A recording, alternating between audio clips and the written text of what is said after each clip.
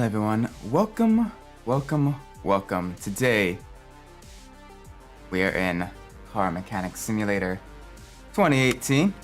Got a beautiful, absolutely gorgeous DC Cobra here. Or DC Typhoon. Really start with the Shelby Cobra.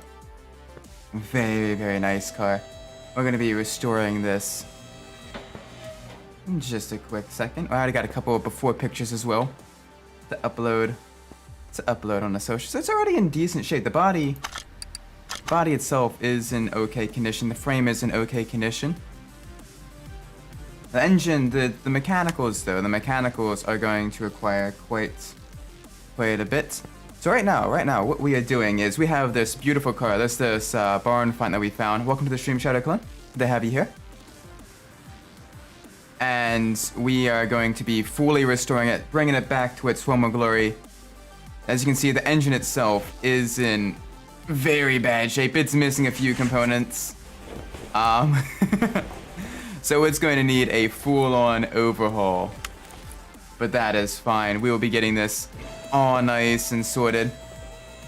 Let's go get the...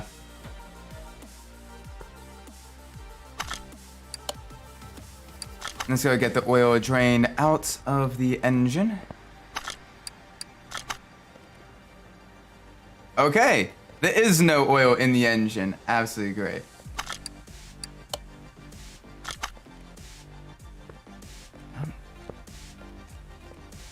Alright, so now we just need to kind of completely disassemble this vehicle, begin kind of replacing and repairing. Yeah, we need to add lots of oil. That'll be afterwards though. We need to we need to begin working on this vehicle first. Take a lot of the stuff add vegetable oil. No, we don't. Not quite. We add motor oil. Different type of oil, different viscosity, different chemical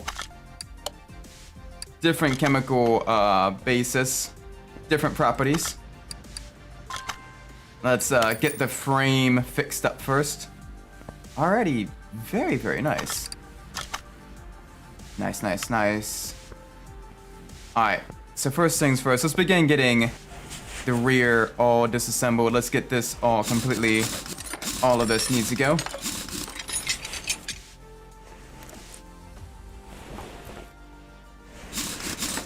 Yeah. Let's get this all nice and disassembled. We have a whole bunch of parts that we're probably gonna need to either repair or replace here. But that's all right. The rear is a solid rear axle suspension system. So it's fairly simplistic, fairly, not too much to it. Game is very loud. Let me dial that back just a tad. My apologies. There we go. That should be better. Yeah, there we go. That's just not getting just into the yellows. Absolutely beautiful. This car is going to be gorgeous when we finally get it all disassembled.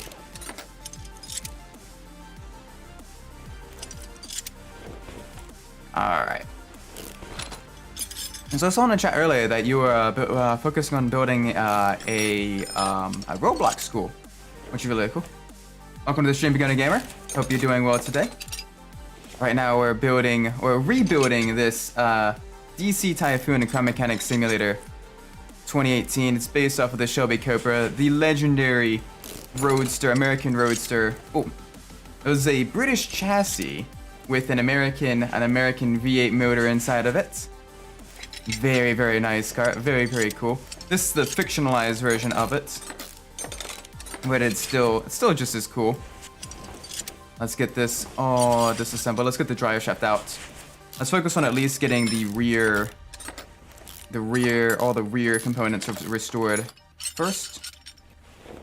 There we go. Beautiful. Perfect. Now let's see what we are able to restore all the way. This is gonna be a little bit tricky.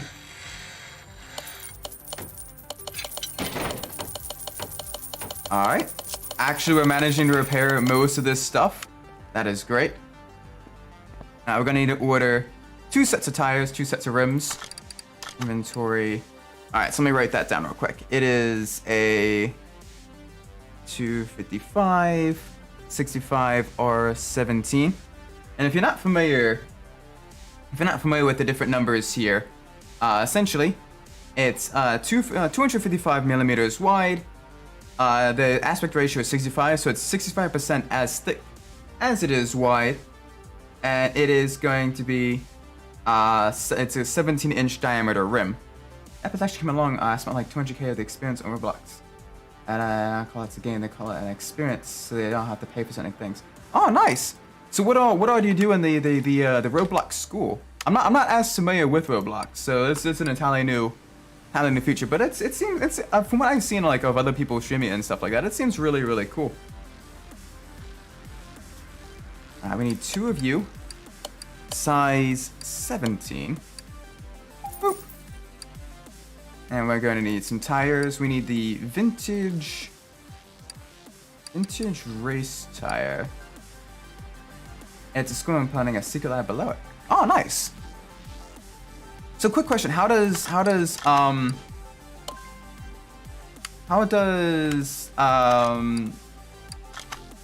Roblox differ from like Minecraft? Like, what is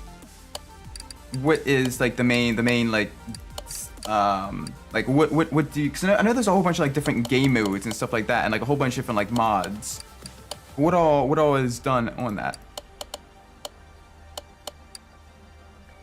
So I'm not nearly as familiar with that. All right, let's install the new ones here. There we go. I think the game's as Bloxburg, where you start off empty plot and you can do in-game jobs. Oh, nice! And you use okay, cool. So it's like a more down. It's almost like a sim or like a building sim or something. That's cool. That is really cool. Yeah, outside of like the racing games, I really love the like the management style games where you kind of build and design like your own whatever it is, be it theme parks or cities, what have you. Like I used to play the absolute crap out of SimCity when I was younger. It was so much fun. But yeah, no, that is great. Sounds like a lot of fun though. I know. Granted, I've been playing like the City Skylines a little bit in my free time, and that is very tricky. The City Skylines, getting that all functional and everything. That's your cue. Welcome. You're here for the restoration stream. We've got that beautiful Shelby Cobra like vehicle over there. Multiple different minigame things. So I don't know what to call them, but you can click on one based on a place. Oh, like minigame servers. Yeah, I saw one person. They were doing it was almost like Counter-Strike, but it wasn't Counter-Strike. But it was like basically Counter-Strike and Roblox with like you purchase the guns and you like the super tactical shooter and stuff like that. And that's super cool. There's just so much to that. Like I feel like I'd probably get lost a little bit. All right, we need to purchase the rear shock absorbers because shock absorbers are non-serviceable in this game. You cannot. Rear shock absorber B. Oh, that was a front shock absorber. Where's rear shock absorber? There we go. I picked the blocks because I felt like it'd be a good bit of school. Yeah, it sounds really cool, especially if you can kind of like work on like the different like in-game. Now is Bloxburg? Does everyone kind of share Bloxburg and they have like their own like plot of land? Or is it more of a is it more of an everyone gets their own Bloxburg that they can build up? Because I'm not Wheel Hub. See, I bought every little bonus thing so I can have multiple stories, basement, a couple other things. Oh, sweet! So it's gonna be like a massively sized school. What component do I need? That is a Axle Knuckle housing 5. Axle Knuckle housing. Which one? B. I need a B. This one. I only need one of them because the other side is gonna get all built up. There we go. Alright, both wheel hubs are in good shape, so we're gonna get it both sides here. There we go. We need one solid rear drive axle. So once you build up the school and everything like that, what do you do with it? There are multiple server spots, so people can build in one server. I think the maximum people in a server for Bloxburg is 12. Okay. So it's semi-communal, but it's not like everyone is interacting with everyone else all at once. Okay. Seems really, really cool, actually. Very, very nice. There we go. We need 4 small rubber bushings. Let's get those. Because the rubber bushings are, those are not serviceable in real life either. Those are replaceable. You can only replace them. You do not want to try to reuse rubber bushings because they are wear components as well. I was going to show off my friends, mostly buildings for roleplay. Oh, sweet! I know the role playing servers and stuff like that. Like I used to do a little bit of like GTA role playing servers back when I was a little bit young, like back when I was in college and stuff like that. I had a lot more free time. Those were a lot of fun. Oh, Bloxburg, they added solar panels recently that increase your bills by 20%. Ooh, that's cool. So you have like actual like financial management as well. That sounds actually like a lot of fun. That sounds really, really cool. Thanks for sharing that, man. What are some cars that need a remake? Ooh, that is a good question. For me, I mean, learning stuff. Midnight Racer, welcome to the stream as well. Hope you guys are having a great day. Cars that need a remake. I would love, granted, the Volkswagen has already shown kind of like a concept of it with the ID Buzz, but I would love like a modern day like Volkswagen bus. You know, like the old like quote unquote hippie bus. That would be such a cool vehicle, especially if like they can like either have it electrified or even like, you know, a more modernized version of that with like the camper everything, camper like pop-up camper feature and like, you know, and the kitchenette and all that stuff. Because with the there's a trend right now, where there's the people are kind of like turning like panel vans and stuff like that into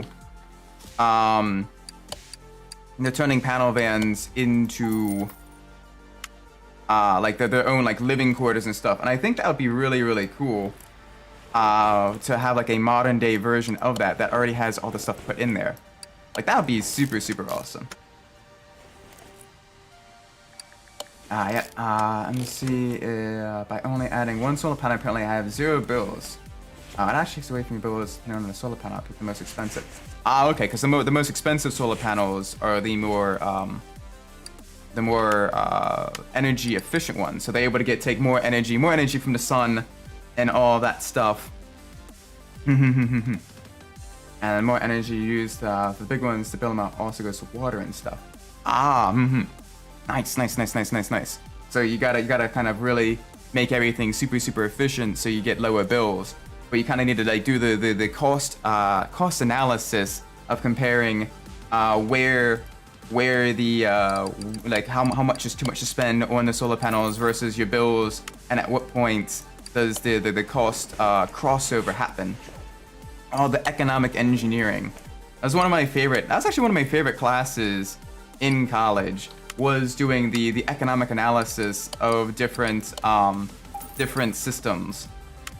Like I spent an entire semester, we would analyze the system of a power plant, of a I believe it was a hydroelectric power plant. No, it was a fossil fuel power plant.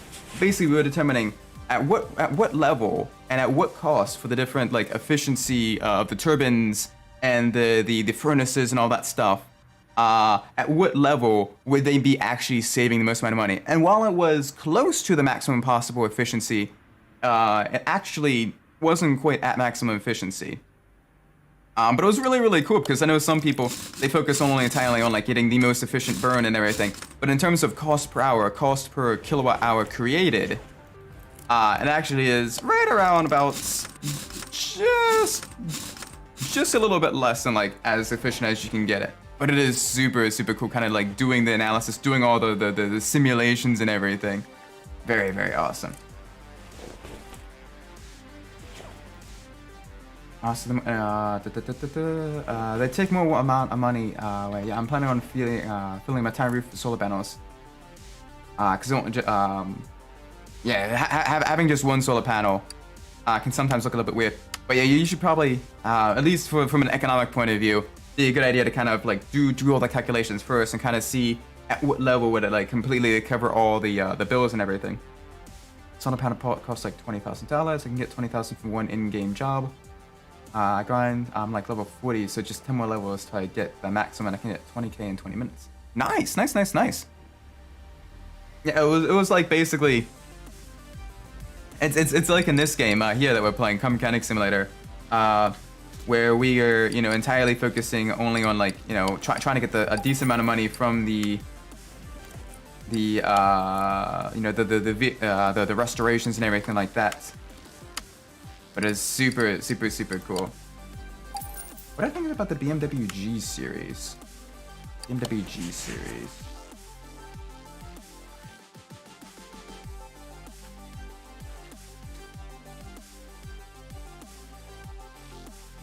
BMW G series? I've not seen the BMW G series.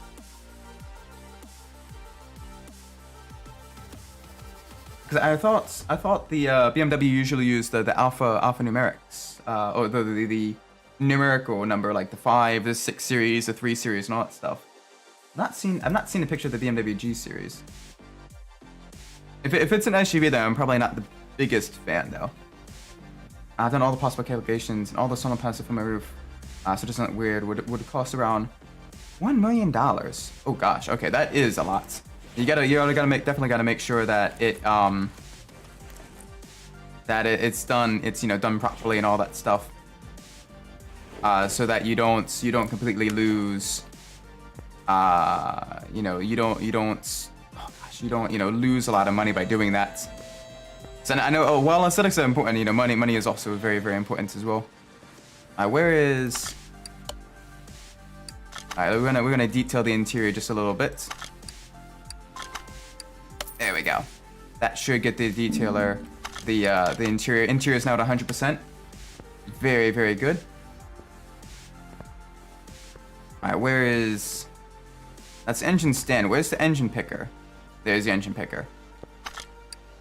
Let's move it there, and let's take the engine out of the vehicle. I gotta remove the gearbox. Okay, cool. This stuff can all go back. There we go. I gotta remove the gearbox here. Get the starter out of there. They're not SUVs, usually like sport cars, something like that. Oh, okay. I don't think I've seen specifically the G series in BMW.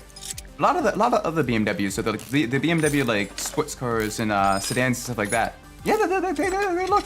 I know not everyone likes the larger grille on the front of them, but I actually like them a little bit. It's kind of nice. All right, let's lower the vehicle back down. Let's see if now it'll let me remove it. So on 3 days of me almost non-stop grind to get an entire roof full of solar panels. Every solar panel takes away 2,500. So the second most expensive. Oh, sweet. There goes the engine.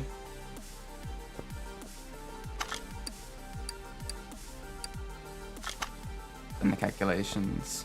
Sweet. We have an engine. So is that just in an inventory now? Hang on a second. Okay, yeah, it is. It is in an inventory. Gotcha. Fun. So we can then, what we can do is we can kind of piece it out. Add the engine, there we go. So now we can focus on disassembling. We can focus on disassembling this thing now. Very, very cool. I've never used this feature before. I've never used this feature before where you can kind of completely, because we never needed it like 100%, or we very rarely needed a 100% disassemble an engine. So this is awesome. Find a simple way to get the money while doing stuff I don't know with my homies. Ah, okay. Yeah, when you turn the grind into something that's actually really enjoyable, it no longer becomes a grind. It's just super fun. And that's what I like about certain games. Like I used to quote unquote grind like heists and stuff like that in like GTA 5 with all my buddies, but because we're having a lot of fun with that, like it was super fun. But yeah. Alright, let's get all of the rocket arms out of here.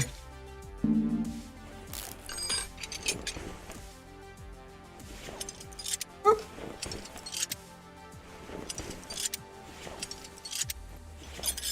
But just out of curiosity, if beginning game, I wonder what you think of the newer sort of BMW styling, though. I know not everyone likes the larger front grills. I kind of like it a little bit.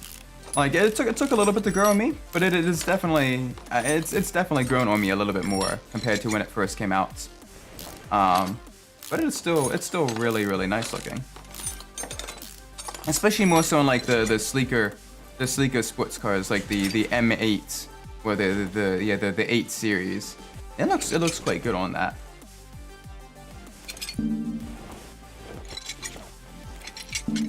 Come on, let's get out of there. There we go. Beautiful. Gotta get all the smaller components out of the cylinder banks.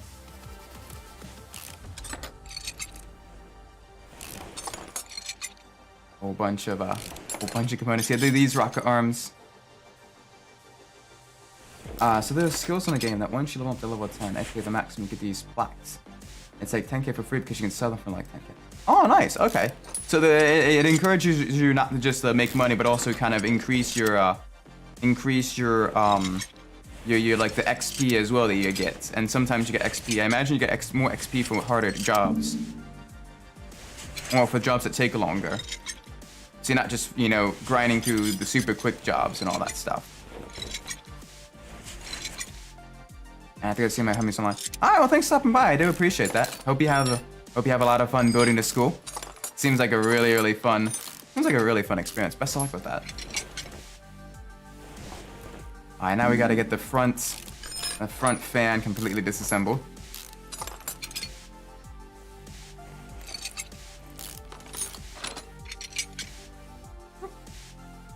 But if you want more plaques, you have to buy them.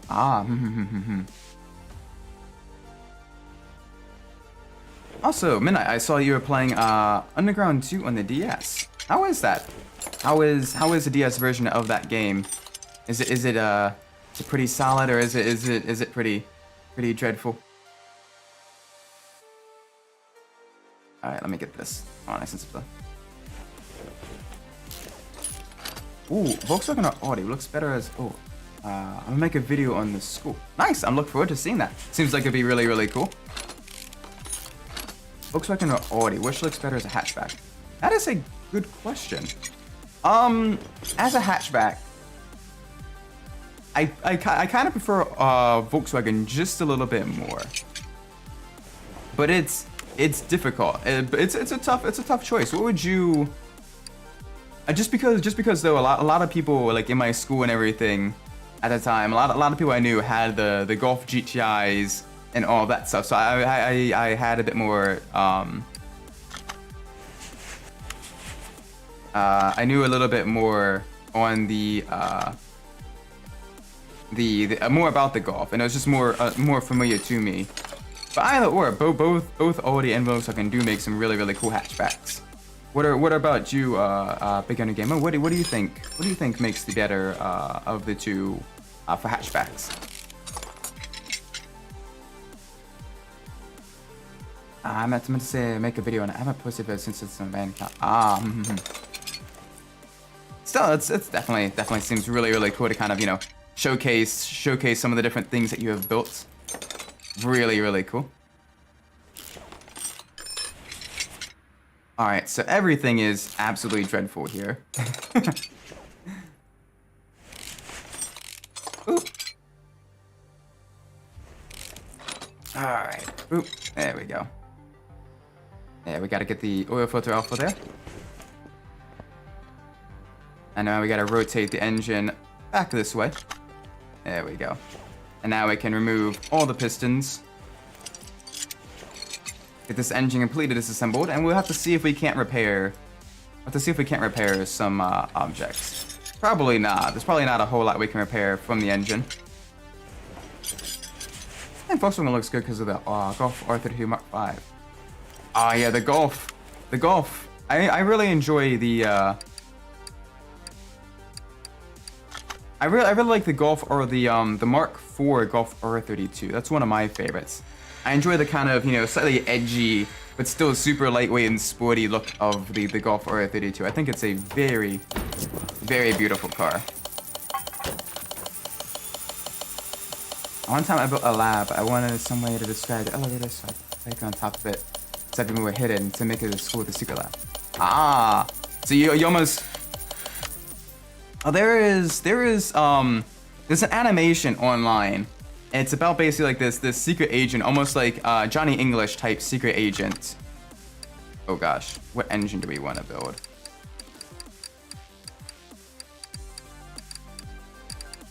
What engine do we have? Mach 5 is cool, but Mach 7 that takes the details beautiful. The Mach 7 is very, very nice as well. What was I saying? Oh yeah, it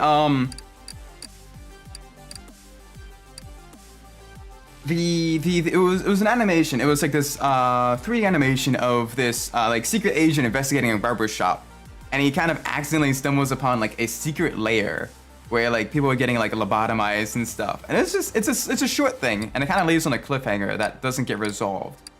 But it is super, super, super cool.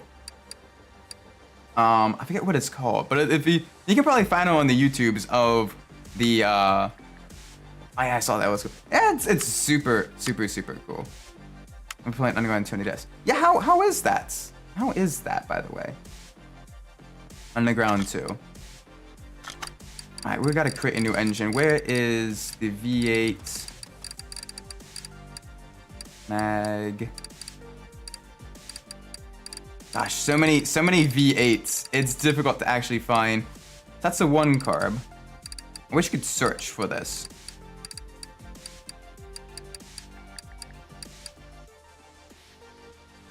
Also, I checked they were not online. Oh, that's unfortunate. And it's a chibi version, but worse in almost every way except for graphics. Really? That's strange that the DS version, when the more powerful console, would be the worst one of the bunch. That is very, very, very unfortunate. Where is the V8 that I'm looking for? V8 overhead valve.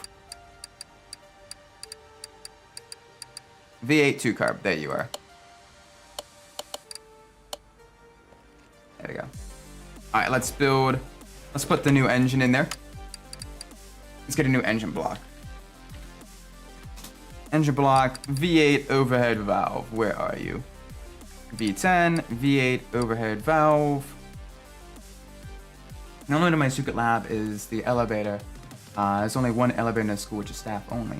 Ah, okay. So basically, only like the staff know about the super secret entrance to students. That'd be a really, really cool like TV show where basically like one of the teachers is actually like either like a super secret superhero or a super villain, but in the day, like during the day job, they're like, you know, just the chemistry teacher, just the science teacher.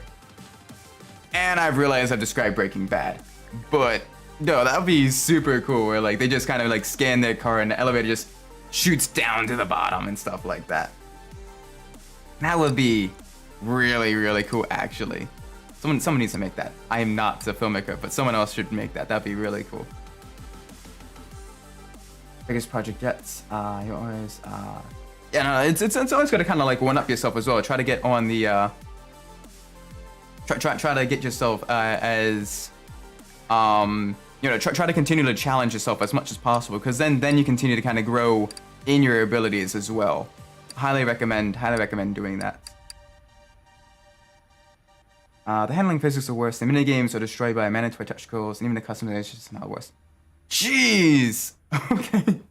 That's the next one you should do. After doing a tier list of all the different GBA racing games, you should do a tier list of like the DS racing games as well. Because I'm sure there are some big stinkers there as well that definitely need to what? We bought one. Oh, we hit overhead valve G. This one is one we want. On a scale of 1 to 10, how broken is Usually Undercover for the PS2 and PC? Probably about a 4 or a 5.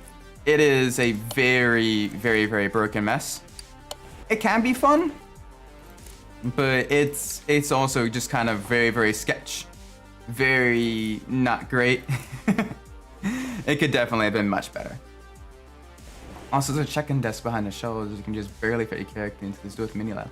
Oh, nice. See, I love like when I did Minecraft, I always enjoyed making like the secret base and stuff like that with all like the hidden doors where like you press the button on like another side of the room where you shot an arrow at it, and like that button would like do a chain of like redstone like contraptions to open the pistons in the door, and it was super, super cool. I had a lot of fun making those. I even made one that was underwater, which was like super challenging. You had to basically kind of like exploit Minecraft's water physics, and it was tricky. That one I think took me about like 3 or 4 months to make. Definitely not the greatest, but it worked and it was a lot of fun. Like in the GBA version, you can apply for armor bumpers and sides get separate from each other. And the DS version, they're all one option. Oh, that's dreadful. That is absolutely dreadful. The fact that you can't kind of have your own. Granted, I usually put the same kind of like body kit on the front, side, and rear. Anyway, but the fact that you don't even get the choice is very, very, very unfortunate. Here's hoping they're able to kind of fix that in the future.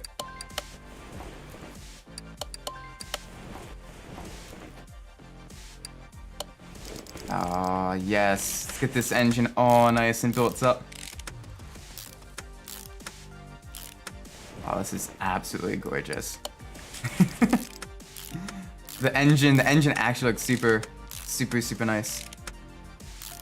But beginner, just out of curiosity, what would you rate for undercover for the PS2 or the PC? 'Cause I've played through the PS2 version quite a bit, and it's super sketch. Like it's very, very, very broken. But it's kind of fun with how broken it is. Like you kind of enjoy the jank a little bit. I'm putting secrets and also my specialty as labs. It's the previous lab before I sold it. Secret room, so it was learning area. Cool, very, very cool. Nice, nice, nice. Hey, you gotta start posting that stuff on like the socials and stuff like that. Let other people kind of see your creations and everything. So that'd be super cool to like check out.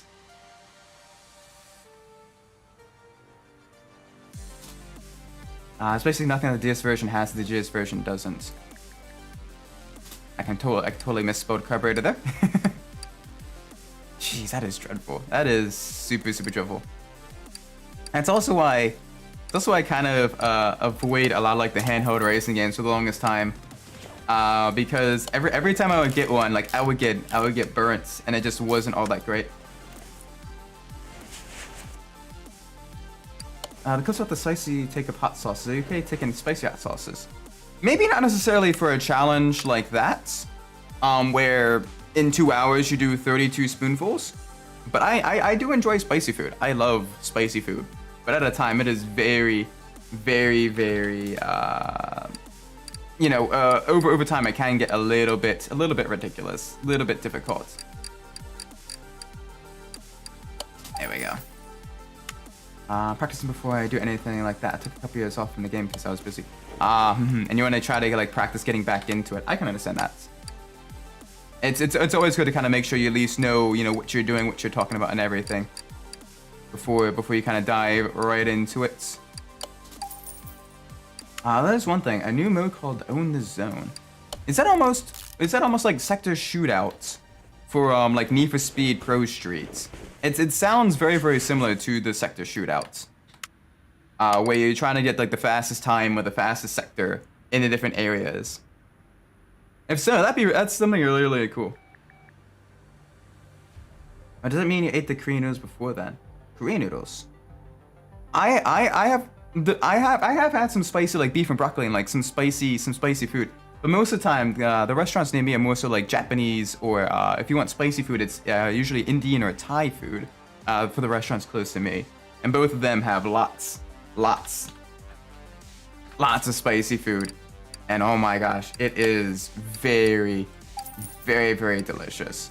Very, very good. I love my spicy food. Alright, where is ignition distributor cap? Ignition distributor cap. This one. There we go. And where's ignition wires? Ignition wires, ignition wires, ignition wires, ignition wires. There's so many options. I'm trying to figure out which one it is. I just need the standard ignition wires. My mind is blanking. That's basically like exactly like Sector Shootout. Oh gosh, that sounds dreadful. I mean, I enjoyed Sector Shootout in Pro Street, but having that in a DS game sounds dreadful. What am I up to lately? I'm practicing my cooking a little bit. I really enjoy cooking quite a bit. And I've been practicing kind of like doing. Right now, I've been trying to challenge myself a little bit with seeing what kind of foods I can make with more sort of mundane materials and stuff. Like yesterday, last night, I made this wrap, and it was this basically so with diced up about 3 medium to small potatoes, dicing up really small, put them in a skillet, fry them until they're just a light golden brown. Then you mix in some about 3 to 4 beaten eggs, 2 diced up scallions, a can of tuna, and then salt, pepper, a little bit of garlic as well. Actually turned out really good, especially when you put it on a wrap and you put some hot sauce on it and some shredded cheddar or pepper jack cheese. It is very good. I love cooking. I love cooking a lot. Cooking is a lot of fun. Unfortunately, I don't really have a good setup to kind of like showcase cooking, and I don't necessarily have the skills to like do like actual cooking shows. But I love watching like all the different cooking channels and everything. I can have the most zones conquered and still lose. Say you have 2 zones and your 2 opponents each have 1. You somehow still lose depending on the most zones. That is dreadful. Jeez. That's the thing. I don't like playing broken games and stuff. So the fact that you're going through the different sections and actually playing through some of these games, I do applaud that. That does take quite a bit of willpower. I've not played the game, but I would let myself describe. Need Speed Undercover. Need Speed Undercover is Need Speed Undercover. Yeah, it's very jank. It's basically Need for Speed Most Wanted, but worse. Hang on a second. I keep forgetting what I want to purchase, and I placed a really good drift mode from the GBA version, which sucks. I'm surprised the drift mode in the GBA version is that good. That's the fact that they managed to make that on a game that doesn't really even have a 3D a means to actively render 3D graphics is very impressive. So GG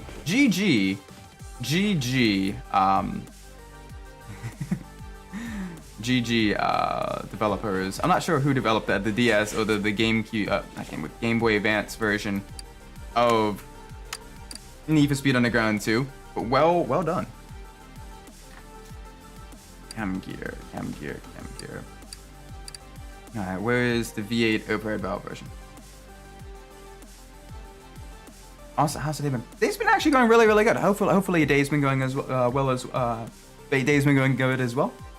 Also with the schools inside, instead of me picking just the design of the walls and the color, I just picked one color Just pick one color for the four sections of the building. Oh, so it's like just you go in and it's like, you know, like a salmon pink or like whatever color and everything. Oof. Here's hoping the students like lime green or mint or navy blue. So sometimes having like a singular color scheme can work really, really well.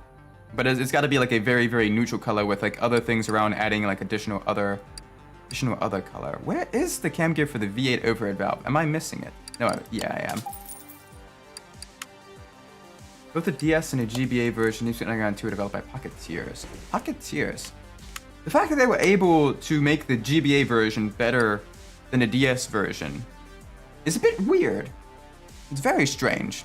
Because the DS is, you know, the more powerful console. And it's not like, let's see, Underground 2004. When did the DS come out? DS may have, it could have been just due to the fact that the DS was like super, super new. And they were trying to capitalize. They were trying to capitalize on the different features of the DS, and they just kind of made it worse. So I know touch controls, stuff like that. Sometimes it becomes sort of a super gimmicky section, and it kind of ruins the experience. Also, the hallway blue, and the only one with black has to be the principal, because black is intimidating. The principal rules over the school with an iron fist. Hilly. DS came out in 2004, but Underground DS came out in 2005.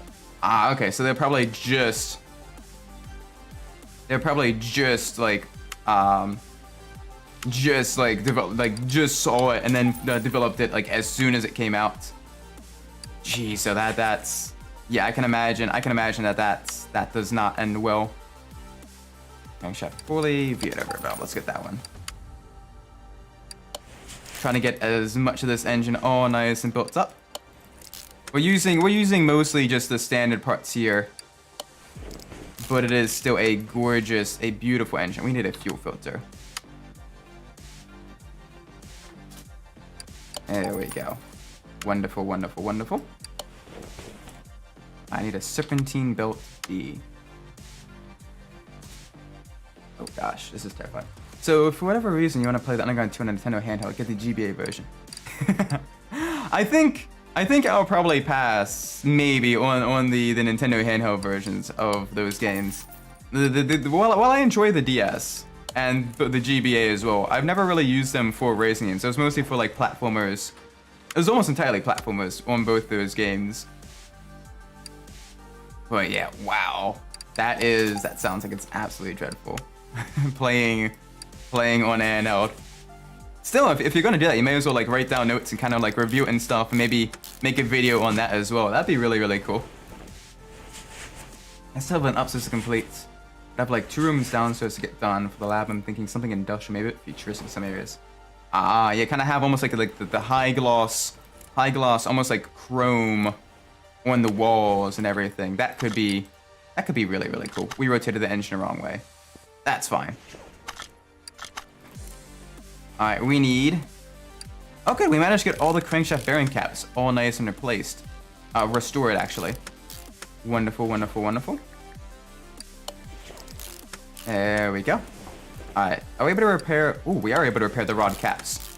Nice, this engine is going to be fully restored. Going to make it a lot more power as well. But this is nice. I'm looking forward to not only dynoing this, but just seeing, like, getting the final pictures of this vehicle, how it looks and everything. This would be really, really cool. I thought this game, racing game is actually really good, like Carbon. Okay, to be fair, I have played Carbon Own the City on the DS, and it's not bad. Like, Carbon, like regular Carbon, I think is better, but the DS version is still really, really good. I've not played Nitro or Pro Street or Undercover on the DS though. But the fact that the Undercover on the DS is actually good compared to like all the other consoles, it's not that great. Maybe piquing my interest. I know that the people are making a lot of mods for Undercover though. for the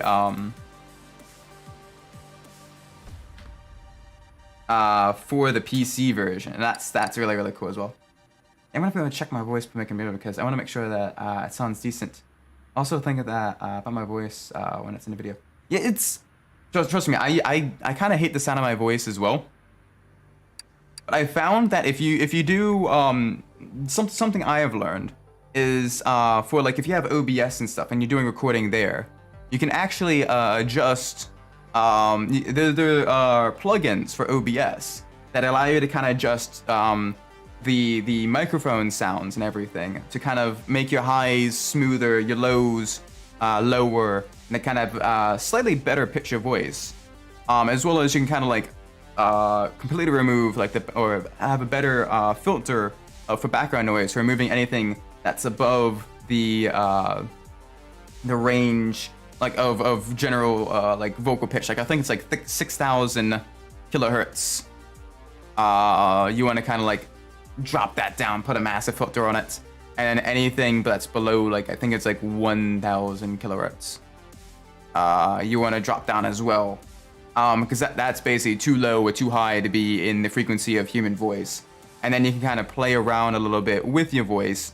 You want to soften like the super low, like super low stuff, like for your P's and your T's and your all that stuff.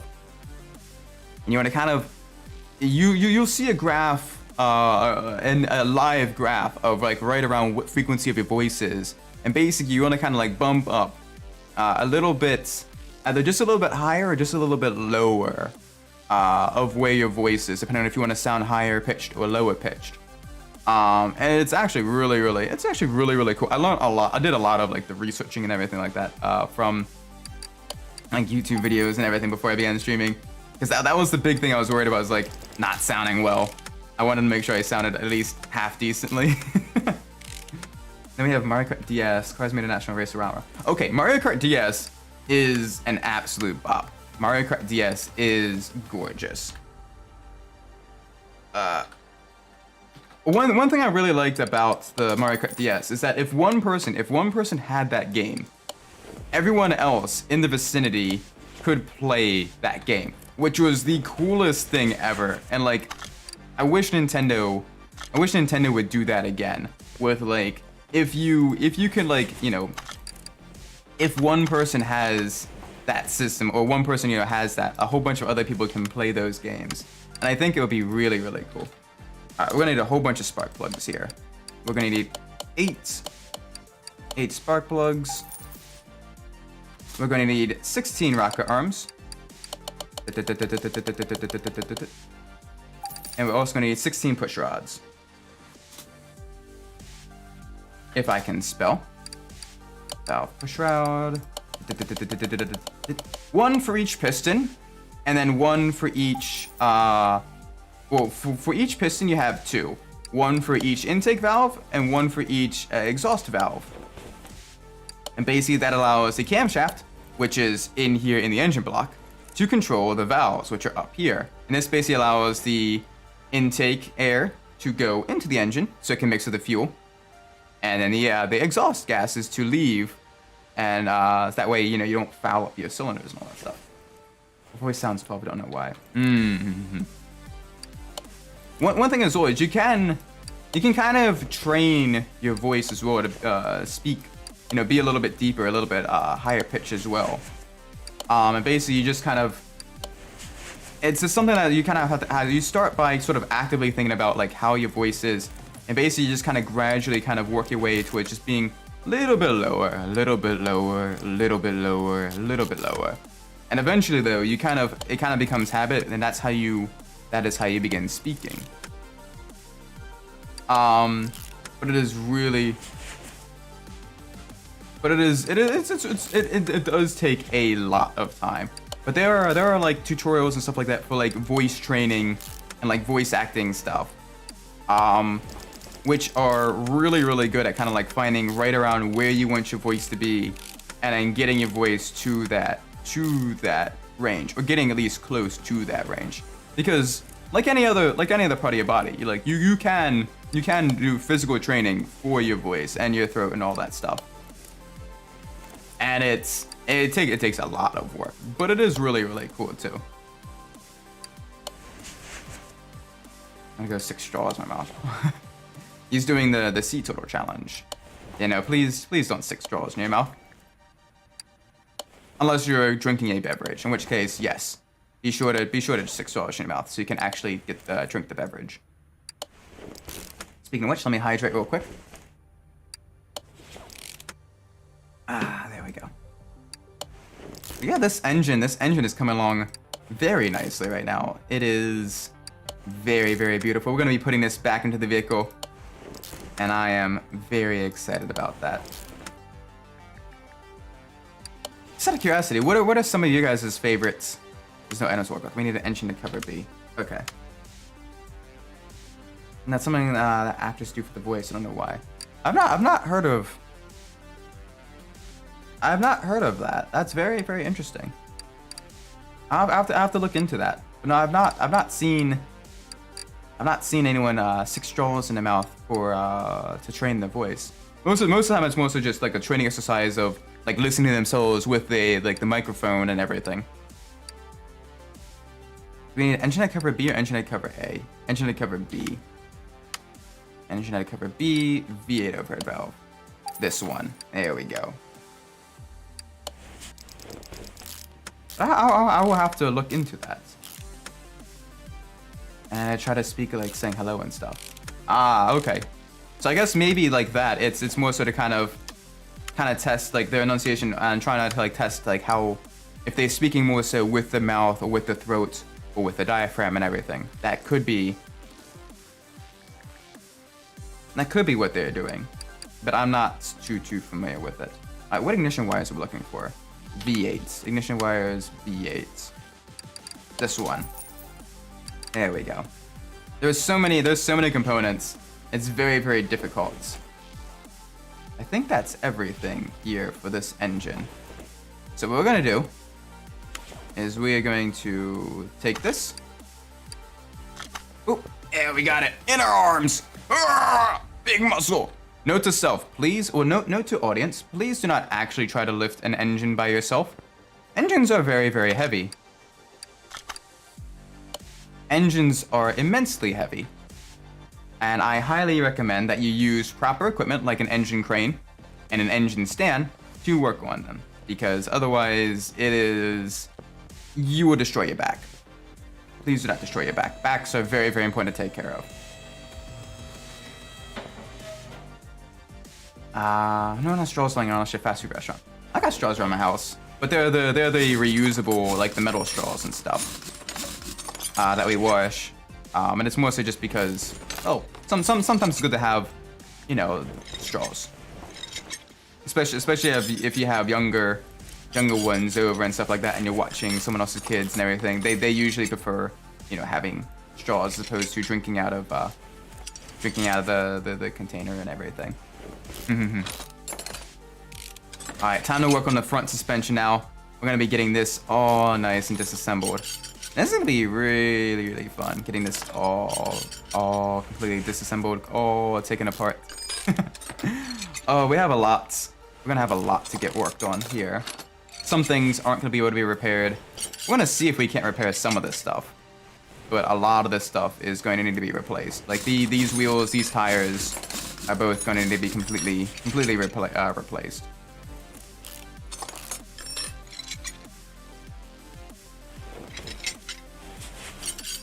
Ah. Yeah. Now let's focus on this vehicle here. There we go. Now we got to make sure that this vehicle's got the double wishbone suspension on it, which will allow for quite a usually double wishbone is usually one of the better suspensions in terms of vehicle handling, especially like cornering and road going handling as well. But this is very, very nice. Let's get all of this disassembled. Let's get all of this out of here.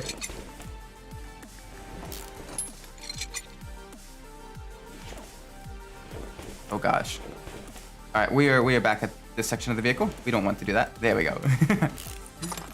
I didn't even know several blocks spend Oscar finishes on. I'm not the brother. Yeah, mistaken identity is always very, very unfortunate.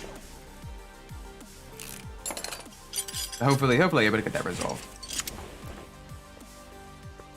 We're gonna face plant any device. Alright, have fun face planting.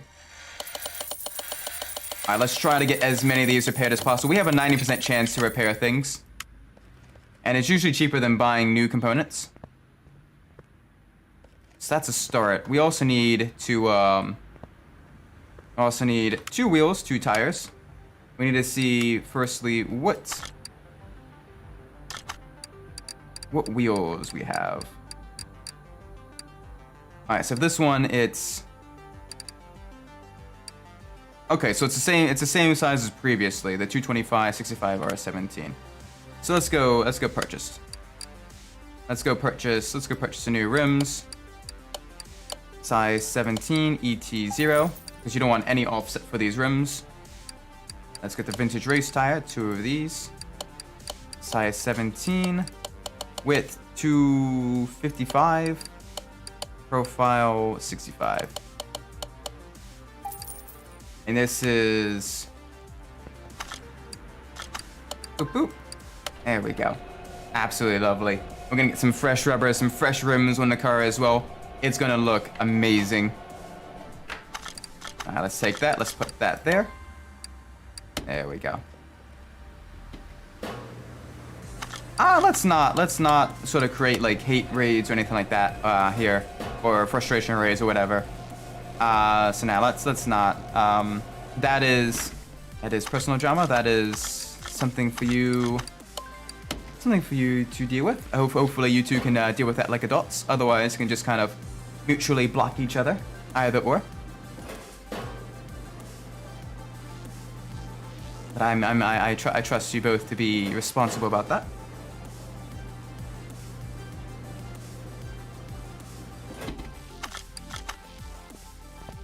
Alright. Let's get all the new suspension system put back on now. Beautiful. Alright, we're going to need 4 rubber bushings. So let's go back to the part shop.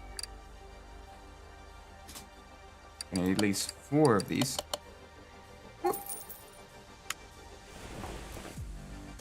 And I've also just realized that we're going to need the double wishbone shocks as well. So let's, once we get these bushings in, I can go to the other side. Let's go to the other side. Let's get these bushings in, and then we can focus on getting the shocks, new springs and everything mounted. Gosh, the spring pullers in general absolutely terrify me. Because the components under them, the components on them are usually under such pressure and such tension that it genuinely is very scary, because springs are very dangerous. I mean, you gotta think they're making, you know, multiple hundreds of pounds of force. Multiple hundreds of pounds of force per inch that they are compressed. And if they go off, that is multiple hundreds of pounds of force coming straight at your face, or the concrete, or someplace else. And that's very painful. And I'm gonna go build a school. Oh, nice. Have fun building a school. I'm interested in seeing the pictures when they're done. When it's done, that'd be really cool, kind of seeing how it's built and everything.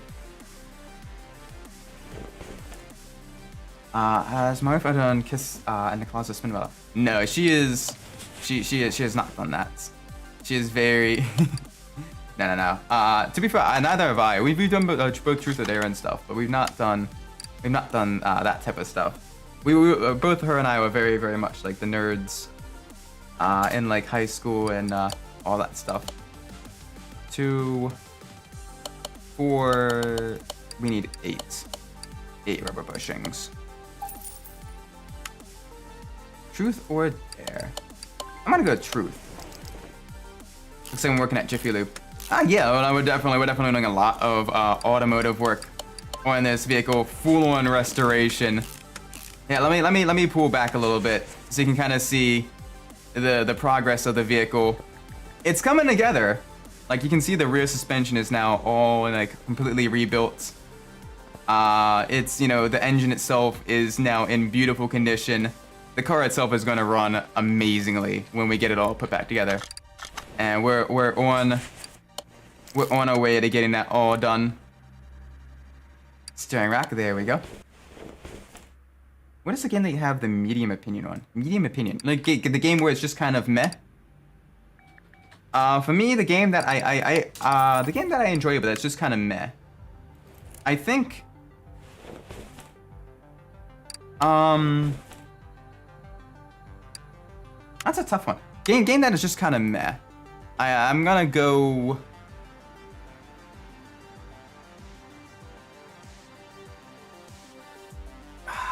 What's a good one?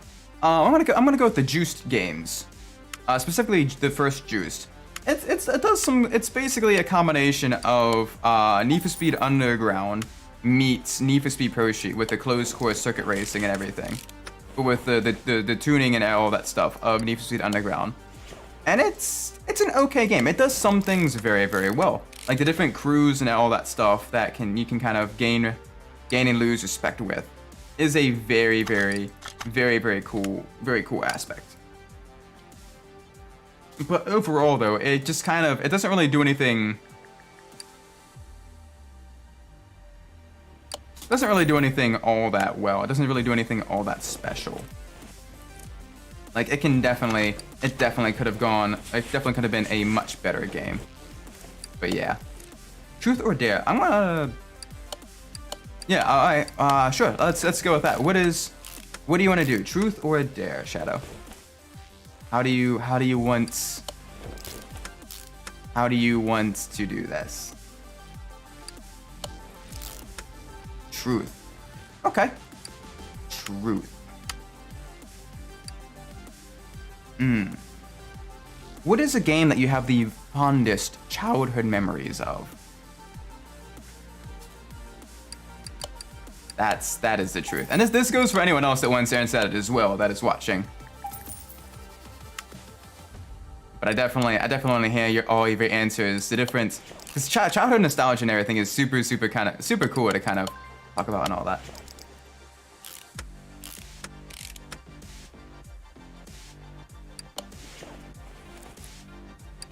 All right, let's get this all nice and put back together. There we go. Very, very nice. Oh, we need a rear muffler D.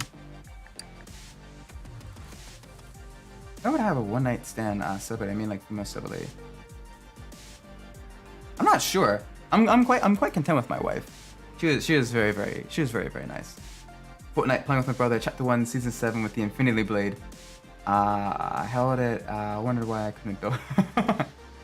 Nice. Oh man. Fortnite. Yeah, one of my college roommates, he played Fortnite a lot as well, and Legend of Mana and Final Fantasy VII. Ooh, I've heard both of those are really good RPGs. I've not played Final Fantasy VII. I want to play Final Fantasy VII, either the remake or the new one as well. Both of those sound like a lot of fun though. I need to add that to the queue for the Wednesday streams. That'd be really fun. But yeah, that is very, very nice. But no, Fortnite as well. Fortnite. One of my roommates used to play that all the time, and we, especially during like its popularity, sometimes when we were all free, we'd kind of gather around him, and basically act as like coaches and everything. Like, oh, you got someone up on the hill. Oh, you got someone behind the tree. Oh, look at there's a tower behind you. And like we get super hyped if he you know got the victory royale and everything. That was actually a lot of fun, kind of, you know, with all the homies and everything. Yeah. Those are the only two games that I have memories from childhood. I mean, both of those are really good games though, you know? Like that is very awesome. Play Escapist on live stream. Maybe. I'll have to add it. I'll have to add it to the queue. It's not necessarily in the genre that I usually play, but it still seems really cool. The Escape from Prison one. Final Fantasy VII Remake is more of an action RPG. whereas Final Fantasy VII is more of a JRPG. You don't need to play Final Fantasy VII to get Final Fantasy VII Remake, but it kind of helps. Right, because I've heard from my coworkers, because my coworker, he does a whole bunch of like the RPG stuff. And he basically said that like Final Fantasy VII Remake is almost like an alternate like universe Final Fantasy VII, where it's kind of almost like the world's kind of been reset, and only like a few characters kind of know about it, like Aerith or whatever. But I'm not too sure. That is one theory anyway. Truth or dare? Let's go with another truth. I like the truth ones because you get to kind of talk about like your favorite stuffs, you know. All right, let's put this one here. Boop boop. There we go. New. We're gonna need 2 wheel hub bearings. 2 wheel hub bearings. 2 of you.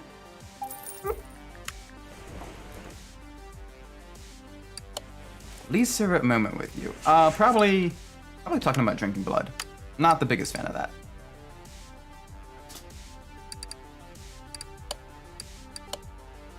But yeah. That's not too keen on that. But other stuff though, I enjoy kind of talking about this as a spicy food. Like I'm enjoying this though. Now ask me. Sure. Truth or dare? What do you guys want to do, truth or dare? And we can kind of do like a round robin of this as well. If anyone else wants to participate, you can kind of be like, you know, have one person ask another person truth or dare and stuff. Be really cool. Kind of. I pick truth. All right. Truth. All right. Favorite food and why?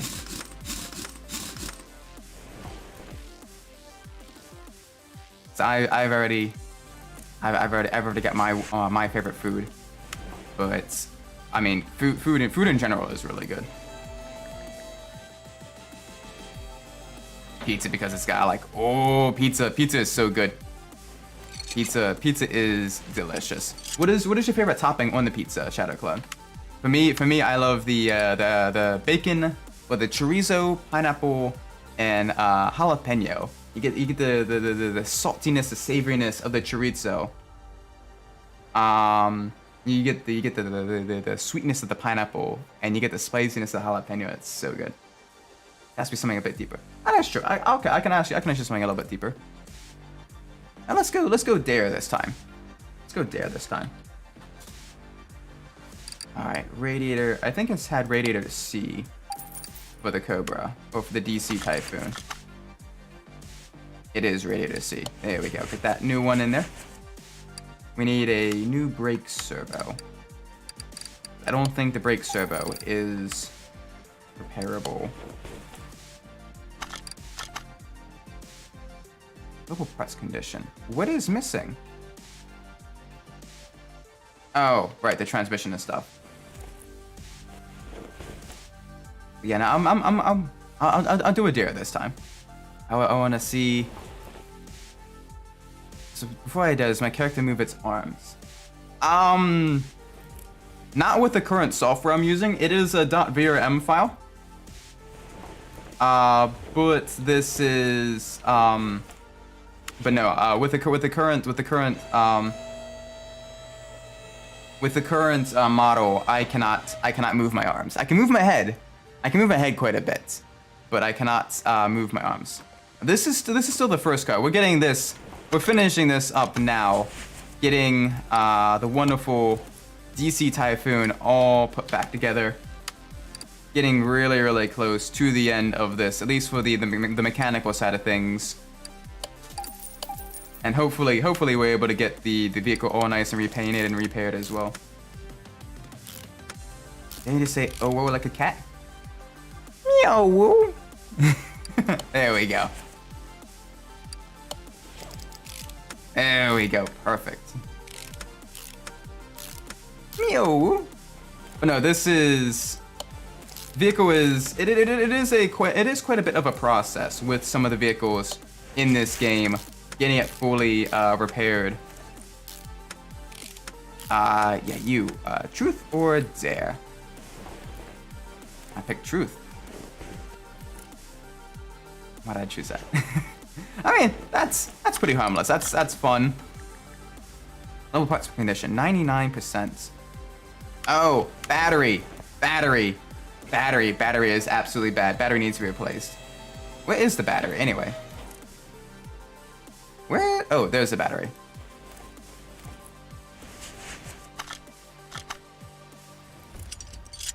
Battery is 43%. Let's replace the battery.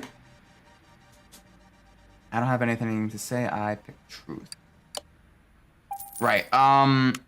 Truth. Alright, what is one of your favorite, with the exception of the school that you're currently working, what is your favorite project, not necessarily in Roblox, but just in general, that you've worked on and completed? I want to hear the story of that. I think that'd be really, really cool. I'm asking for the car I sling that blown out a tire. Oh gosh. I hope it was like a replica Cobra instead of a real Cobra. Cobra. Because the Cobra itself is a very, very, very rare, very expensive vehicle if it's the original. But there is a lot of kit cars available for the Cobra, and it is very, very nice. Okay, so let's see. Our status. All right, global body condition. Yeah, okay. So quite a few of that needs to be replaced. So it was the build before school. So I want to mention that I saw it was the baker on top of the elevator. They'll have a bunch of secret doors. Oh, nice. So this one is basically just the more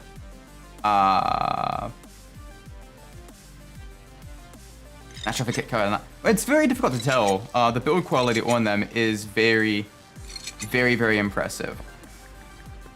But it does take quite basically you need a lot of like automotive knowledge to kind of test it, and it's basically you just kind of need to know.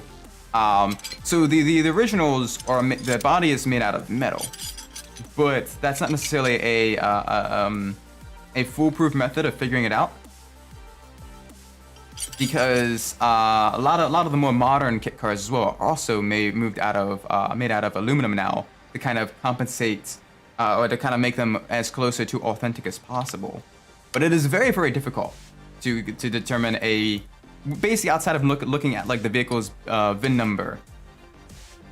It is very, very difficult to determine whether or not the vehicle has been either a kit car or is a real vehicle. I feel like this is an ending to finish him. Hope you had a great day. I was like, bye. Alright, take care, beginner gamer. You have a great day. By the way, I'm going to Scooby Doo in a couple months to a year. Nice. Looking forward to seeing the progression and everything. That would be very, very, very cool. Alright, let's get this all nice and built. Get the front window, get all of the body panels on. We're going to need to repaint this car anyway, but this is a good start. I'm just gonna video the finished product. Yeah, still, if you can though, pictures of the just pictures of the progress though would be really, really cool. Like I took some before pictures of the vehicle, and now we're gonna have some after pictures as well of the vehicle, and it's gonna be really, really cool. All right, now let's go to the plates. Let's get some Maryland plates on here.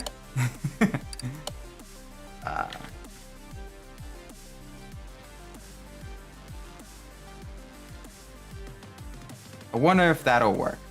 1, 2, 3, 4, 5, 6, 7. No, that is way too long.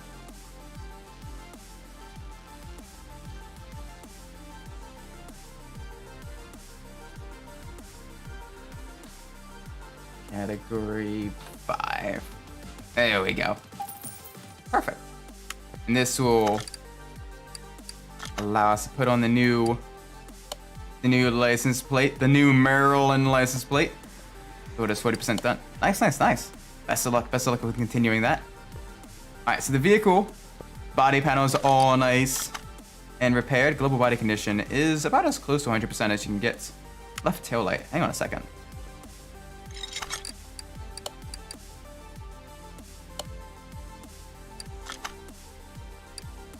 There we go. That's very strange. All right, let's look at what else is. Seats. And the left side mirror. Left side mirror. That's surprising that that has been... There we go. I worked on it for 1 month, but I'm planning on taking a 2-month break, and after the break, I'm probably gonna slowly get back into the building it.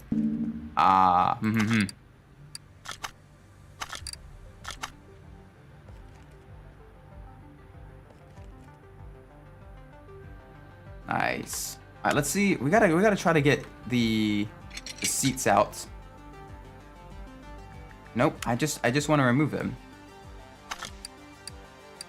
Interior disassemble. There we go. All right, let's see if we're able to repair the seats. But you know, it's with projects and stuff. You gotta really kind of work on getting them though, because last thing you need is to kind of have them turn into you know, just something that kind of sits in the back of your mind perpetually. All right. We need 2 of you, and we need 1 of you. There we go. Perfect.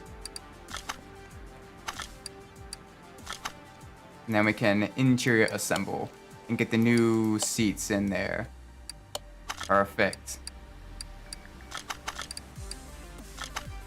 There we go. Vehicle now. Body is all very, very nice. I mean, even skip the brake if I want to, and get done faster. Yeah. It's very with projects though. You don't want to burn yourself out. It's a balancing act. 100%. Now we're gonna go to the paint shop. This should be very, very cool. Paint car, paint car, paint car. So basically, we have a whole bunch of options for the painting the vehicle. I wonder how you paint components in this game. We'll have to figure that out. But regardless, so let's.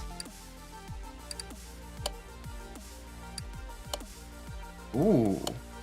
So we have a couple of different like racing liveries available for the DC Typhoon as well. Let's go. Let's begin getting at least like an actual color to this vehicle. I'm thinking probably right around this darker blue.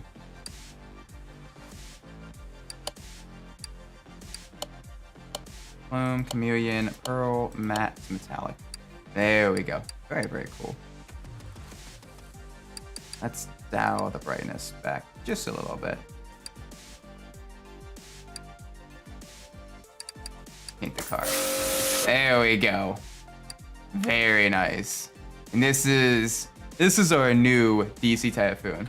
See, Bloxburg, there's this thing to mood and affects the money you get from your job. We always have a mood station, so maybe we can get higher. Oh, cool. It's almost like a means to kind of like rest your character and stuff like that, so that you make more money and everything. Very, very, very, very interesting. Very interesting feature. So it basically kind of combines like RPG elements with the rest of the stuff. This vehicle looks like the one from Cars or Tire Racer. Oh, Doc Hudson. Yeah. Kind of. Doc Hudson. This is another like race car. This is like the Shelby Cobra was used a lot in racing, especially like the SCCA Class A racing. Doc Hudson was a Hudson Hornet, which is also a very, very, very legendary vehicle as well. Very fast on the dirt track and early NASCAR scene. Very, very quick vehicle. But yeah, both are legendary vehicles. Let's get this vehicle out. Let's take it. No oil in the engine. Oh, that's not good. Okay, let's get oil in the engine. We don't want to forget that. We do not want to forget that. Let's get this vehicle all nice. All nice and dynoed up. 100. We want to 100% tune this vehicle. No custom gearbox installed. Yeah, I kind of figured. Move the vehicle to the dyno. Now, where is the dyno? The dyno is here. Put down the hood.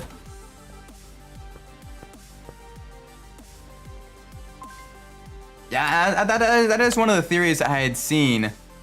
That is one of the theories that I had seen of like the cars are sort of mutated humans and everything.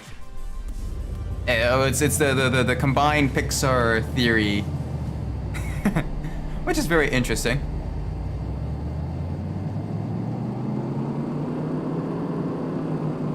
That's not a lot of power. I mean, 306 horsepower is not terrible. We can probably adjust a few things.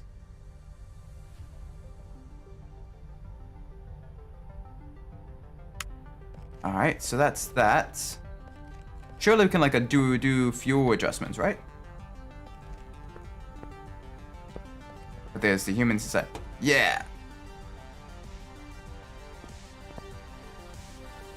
We can do. Right? Or no? Is this just how it is now?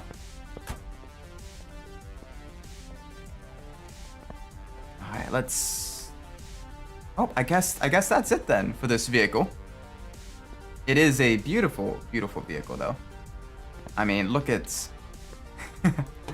This is very, very nice. The engine itself is all like perfect condition. The car itself is in basically perfect condition. What is that?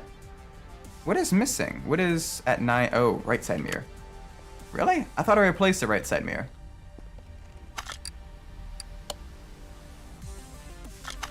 Let's remove that. May as well put on the actual good mirror. Truth or dare? Truth. Let's do the truth. Let's move the vehicle back to garage entrance. There we go. And now we can get the pictures. What is my height? My height is about 5'8", 5'9", somewhere on that range. I haven't actually measured myself in a while, but it usually kind of fluctuates around that region. I'm pretty much like average height for the the average American height. I'm taller than you. That's all right. I get to enjoy like the sports cars and everything. All right, let's see, and then let's dial that right there. There we go. Absolutely beautiful. Very, very nice. Yeah, so what about you? What is your truth or dare?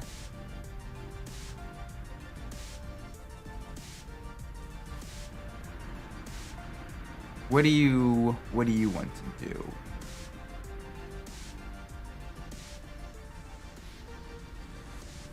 I picked truth. All right.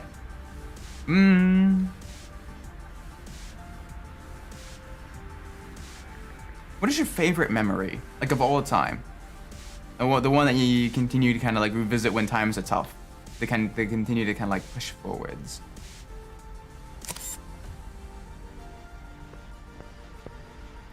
And let's get the hood open as well. Let's get a nice picture of the engine.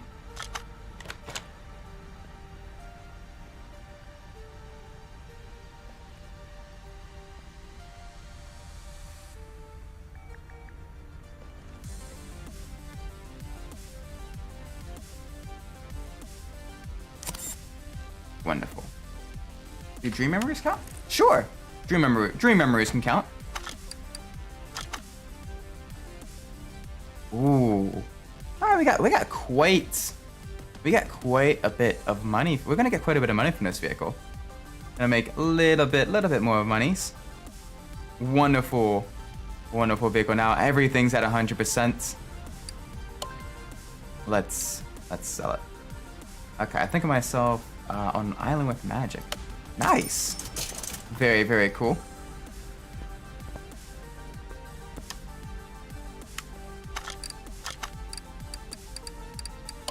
And what's on that island with magic?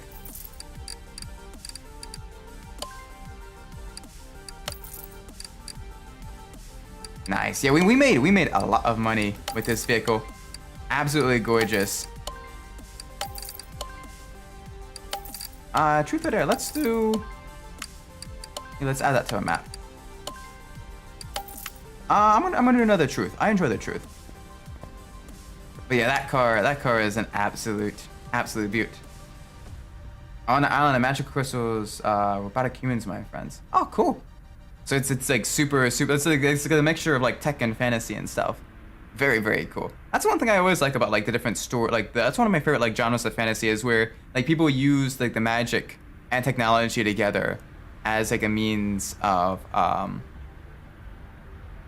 as a means of like kind of living life and everything. Like it's cool seeing like the sort of the semi-modern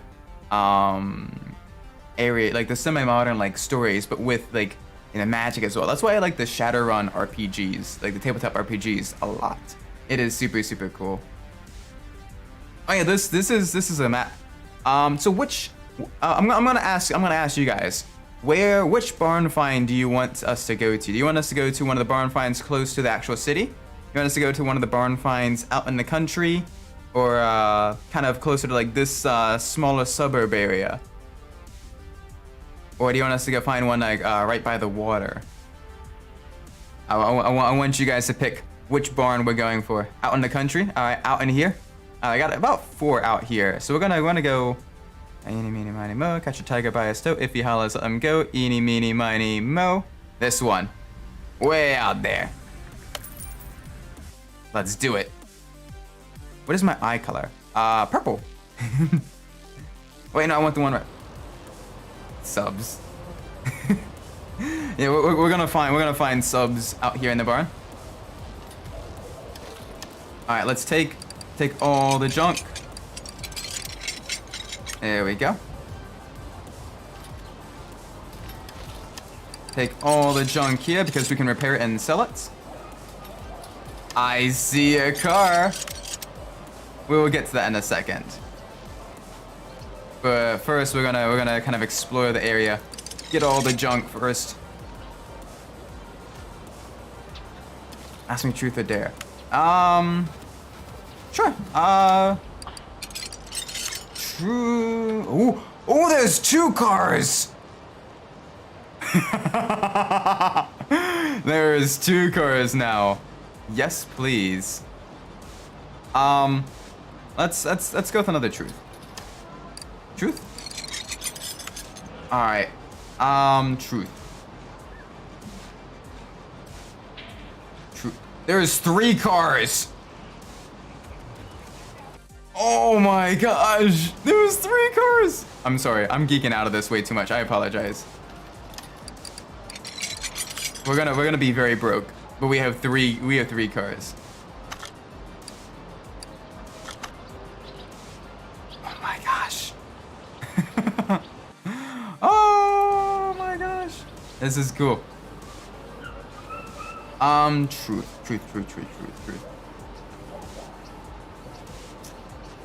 What is...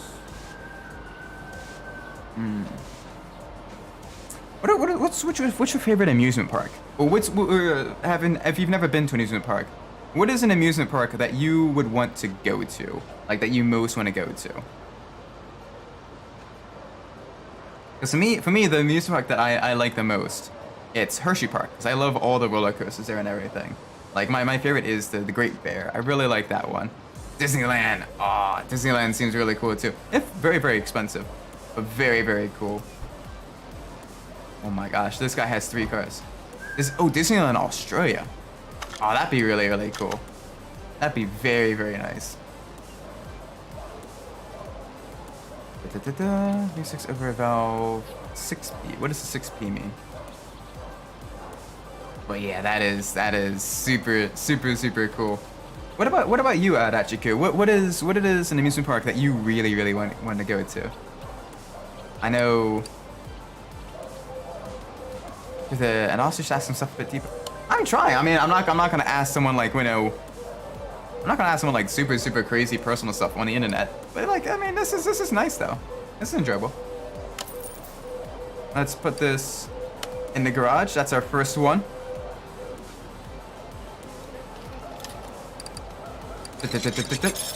Six Flags. Oh, there's a whole bunch. There's a whole bunch of Six Flags as well. Very cool stuff. But no, Six Flags definitely seems really awesome. I definitely love to go there. For me, the one I want to go to a lot. I was gonna say that, but I didn't know if it was local.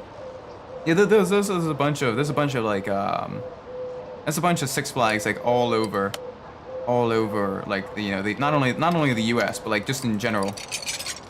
And it's just I don't know if it's outside of the U.S. but at the very least it's in the U.S. Which one is this one? Okay, this one only takes the inline 6, so that's gonna be. We're gonna ignore that one for now. That one doesn't have the V8. Still some cool stuff though. Truth or dare? Let's go with truth. Yeah, no, I would love to go to King's Dominion. It's pretty close by as well. It's only like an hour and a half to 2 hour drive away from where I live.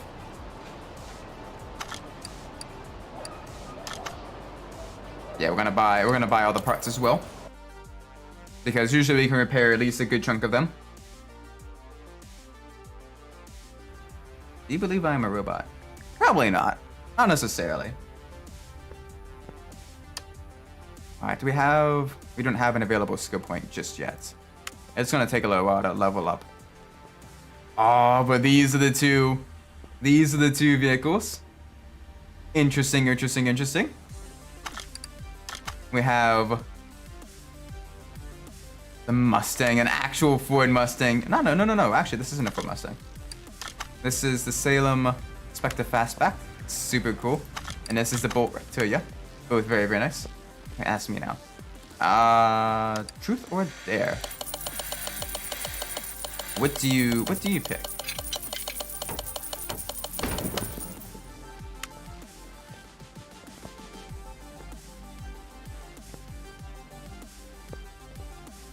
Pick truth.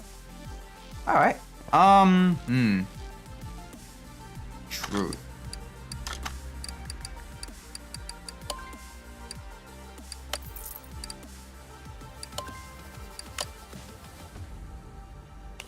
Ooh, that's a tough one.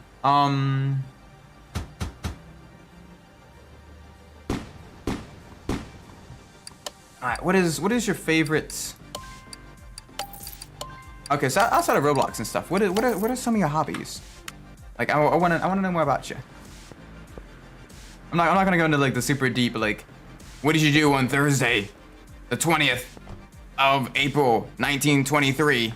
Like, no, but like, you know, the general stuff. The general stuff's so fun to answer as well, because you can kind of that's more things that like everyone can relate to, everyone can vibe with.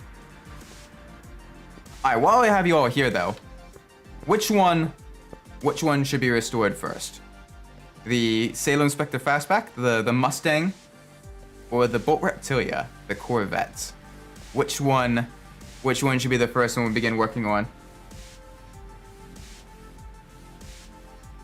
I want to see which one we want to restore first, which one we want to kind of test the waters with. Both of them are absolutely beautiful classic American muscle cars, or classic American sports cars, depending on your definitions. The left one, the Mustang. All right, let's move the vehicle. Let's move the vehicle to the lifter. It is a beautiful car. It's gonna need a lot of work. The engine is definitely in rough shape. Truth or dare? Let's go with truth. Actually, let's go with dare. Let's go with dare. It's been a while since I've done a dare. I just realized that we are missing not only a seat, but we are missing a steering wheel as well. Back. Typical of this. So this is, in-game, it's called the Sail Inspector Fastback. But it's based off of the first generation Ford Mustang Fastback. Very, very cool. It's got the 351 Windsor engine in it. And I say, is is mayonnaise an instrument? No, Patrick. Mayonnaise is not an instrument. Horseradish isn't an instrument either. Kicking? I want to do some kicking! Ah, the SpongeBob. SpongeBob was great. 100% SpongeBob was great. Alright. I think first things first. We should probably get... Let's drain the engine of oil.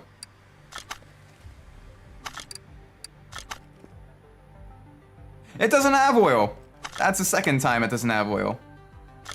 Cool.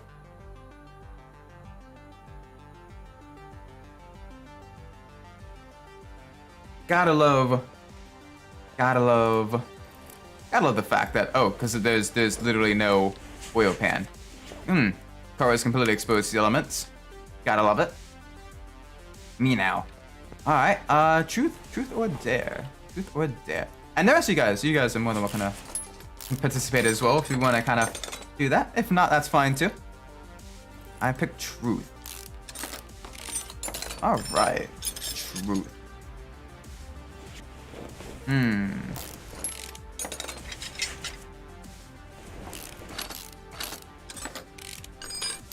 Alright, what's a TV show or a movie that you've recently watched that, like, you have really, really enjoyed? It's got, like, it's really kind of stuck with you.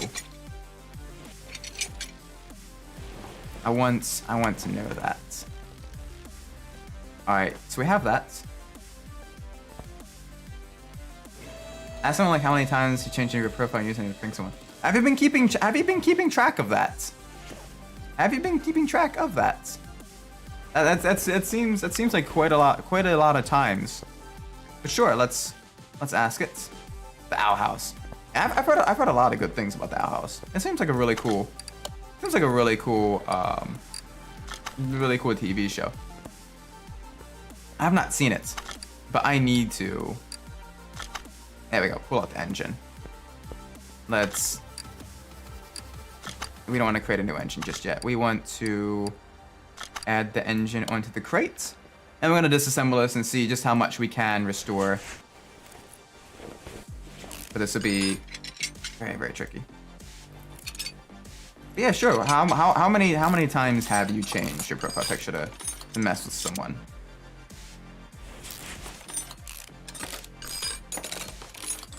There we go.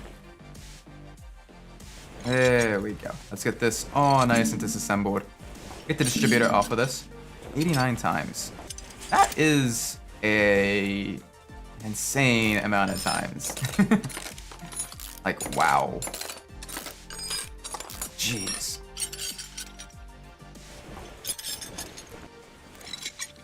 Also, for any of you guys watching, you're more than welcome to kind of ask what I'm currently doing, or if for a detailed explanation on how any of these core mechanic stuff works.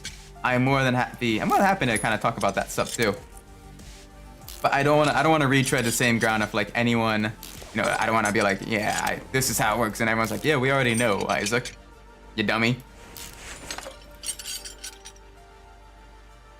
200 times. That is a very large number of times. Like, wow.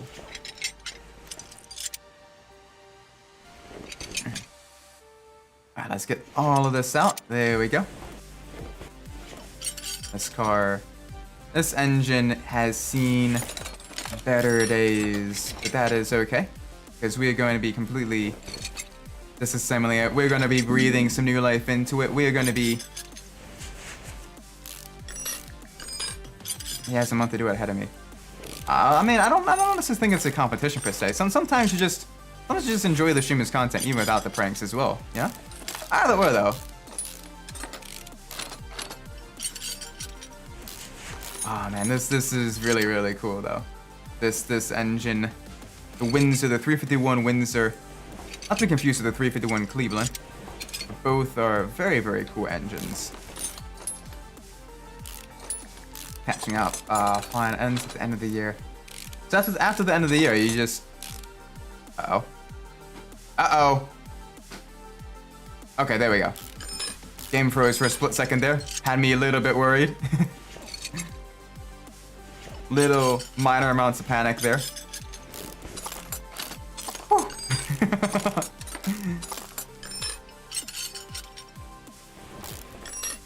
Alright, truth or dare? Truth. Let's go with truth.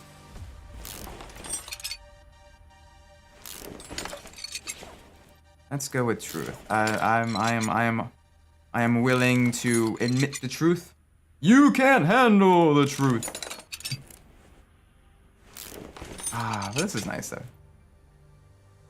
It's not something I pee my pants. I genuinely don't remember. It's been a very long time. I genuinely can't even remember the last time I did so. So at the very least, at least like a decade and a half. I genuinely can't remember. Sorry. Me now. Alright, truth or dare? And after this we can kind of give it a rest for just a little bit. We can kind of focus on like talking about some of the other stuff. There we go. Get the engine rotated. Get rotated, dummy. Get these piston caps off of there. All the crankshaft bearing caps. You know what? I picked there. Alright. I dare you to paste the Missile knows where it is copy pasta in chat. That is the dare. The Missile knows where it is copy pasta, and I will read it. It is a mutual dare. Oh, you're not familiar with the Missile knows where it is. It's an older copy pasta. Especially with the within like the aerospace engineering aerospace community and like that stuff. But basically, it goes something like this. No. No, it's you can look it up. Just look up the Missile knows where it is on like Google. It's very. It is very funny. Well, not necessarily funny, but it's basically it is an almost oversimplified means, but also very overcomplicated means of a missile. How a missile actually knows where it is. It is partially correct. Come on, gotta repair all this junk. There we go, perfect. Now let's begin. Our mounts. Yes. Alright, we want to rotate. We do want to rotate this, though. Back up, right? There we go. Beautiful. We got a good camshaft. Sorry, good crankshaft, a good camshaft. All of that's nice. We're not able to restore the ignition distributor, though. This has been able to be restored though, which is nice, which is very good. Alright, let's get arm.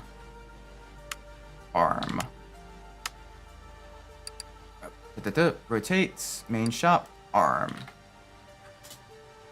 This one. It's funny, this is technically a Ford engine, and it's roughly a Ford vehicle, but it's not an officially licensed Ford car in this game. Cam gear. Now, what kind of cam gear am I looking at? Cam gear via overhead valve. Okay, so let's get that. I just realized that with YouTube's, I'm gonna play Dead Island 2. Probably not. I'm not too big on like the horror stuff.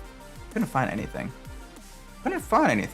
Okay, give me 1 second. I'm gonna pull it up then.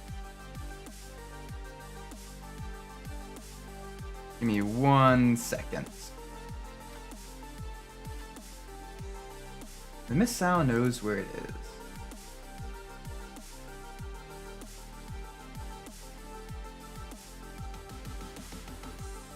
Alright, let me get this display capture. Whoop. There we go. The missile knows where it is at all times. It knows this because it knows where it isn't. By subtracting where it is from where it isn't, or where it isn't from where it is, whichever is greater, it obtains a difference, or a deviation. The guidance subsystem used deviations to generate corrective commands to drive the missile from a position where it is to a position where it isn't, and arriving at a position where it wasn't, it is now. Or it now is. Consequently, the position where it is now the position that it wasn't, and it follows that the position that it was is now the position that it isn't. In the event that the position that it is in is not the position that it wasn't, the system has acquired a variation. The variation being the difference between where the missile is and where it wasn't. If variation is considered to be a significant factor, it too may be corrected by the GEA. However, the missile must also know where it was. The missile guidance computer scenario works as follows. Because a variation has modified some of the information that the missile has obtained, it is not sure just where it is. However, it is sure where it isn't, within reason, and it knows where it was. It now subtracts where it should be from where it wasn't, or vice versa. And by differentiating this from the algebraic sum of where it shouldn't be and where it was, it is able to obtain the deviation and its variation, which is called error. Sorry, it's a meme within the aerospace fanatics. Yeah, it doesn't necessarily fit, but it is very, very fun.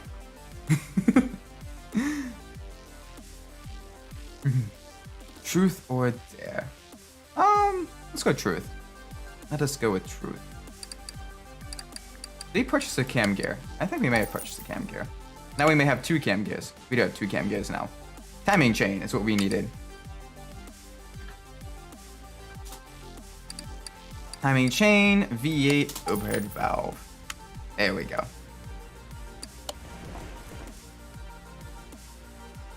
Least favorite person in live chat. I don't necessarily have a least favorite person. For the most part, most of you guys are all super chill and everything.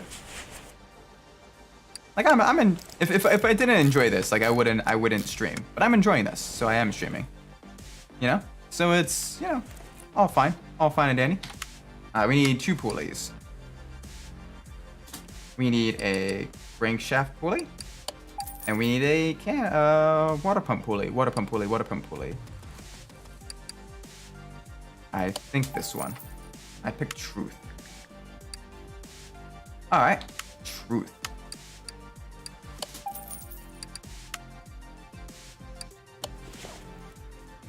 Ooh. So how did you...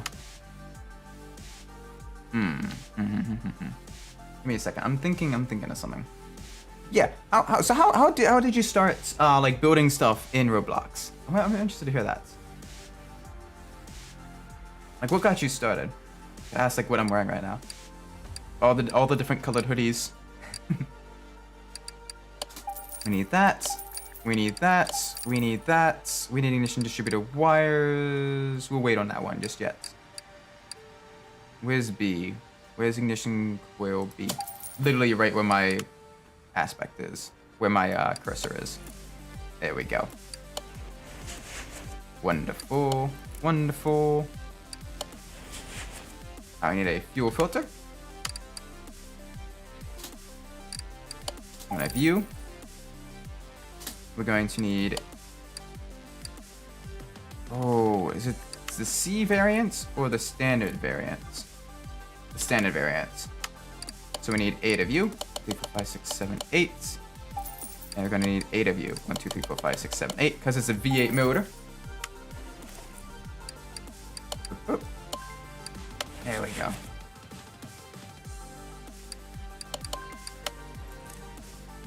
That's what I'm wearing right now. Yeah, but that sounds dirty. That sounds dirty. It's like, hey, what are you wearing? Like, nah.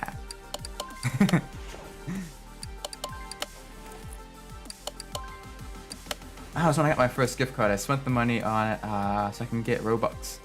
So I can buy the Bloxburg game. Oh, so Robux is how you get like the different like game modes and stuff. Ah, cool.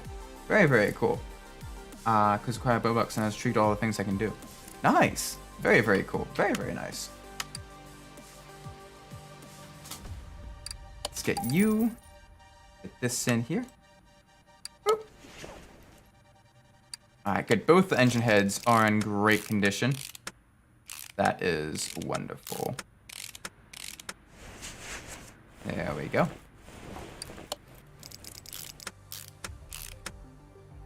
Oh, most of them are free, but that one costs Robux. I guess those maybe like... So are the game modes, are they created by like the Roblox developers, or are they like homebrew, like made by like other like Roblox players?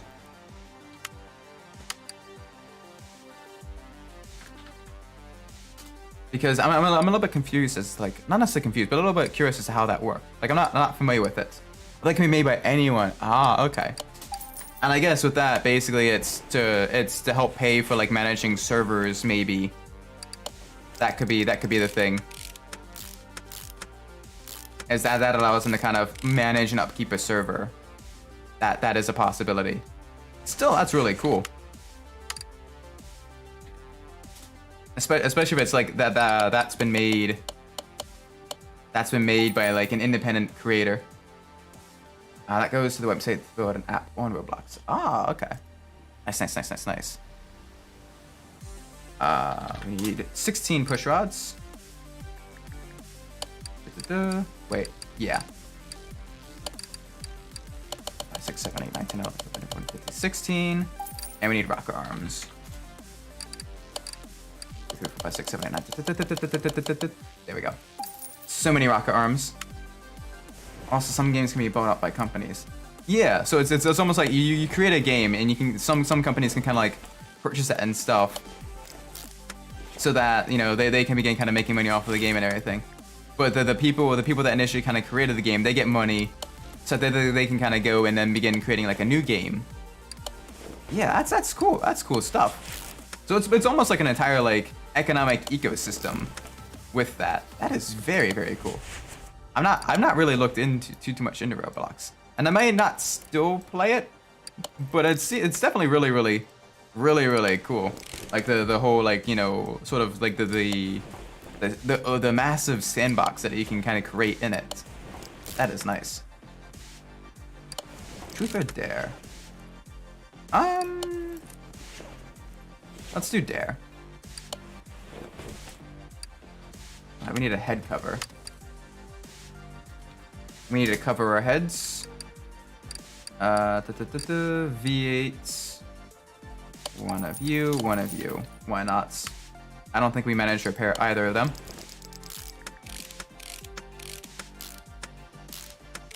Also, as a side note, do make sure whenever you're tightening up bolts, especially on stuff that's very, very important, like on your engine, please make sure that you do tighten them in a star pattern, starting from the inside, working your way outside. That is very, very important. Not only do you ensure that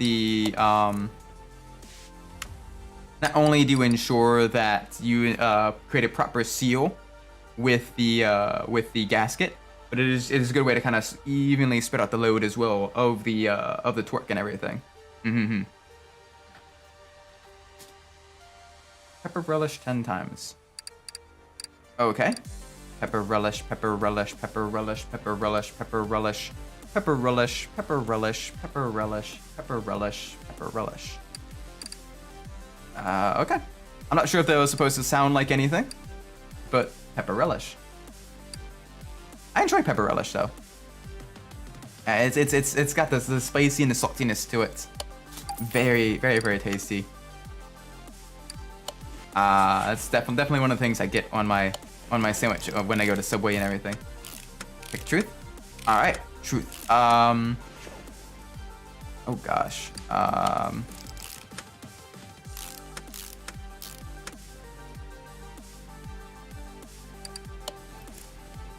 Ooh. All right. What is your least favorite, or what is a game that you have played that you ended up like absolutely hating? I'm curious to hear that one. A game that you played and you were like super hyped for, and then it was just it was just dreadful. Like it was so bad. We need a clutch pressure plate. And a clutch release bearing as well. May as well get both of those on there. So apparently you can actually get quite a bit off of the engine. I like how we can put that on there. Give me a minute. Do like actual full price game. Like game that you or like parents or someone has spent like real life money on. Like an actual like release that you can like find in like the stores or like look up on like Metacritic or something. I've already got mine picked out as well because I can give you a truth for this one as well.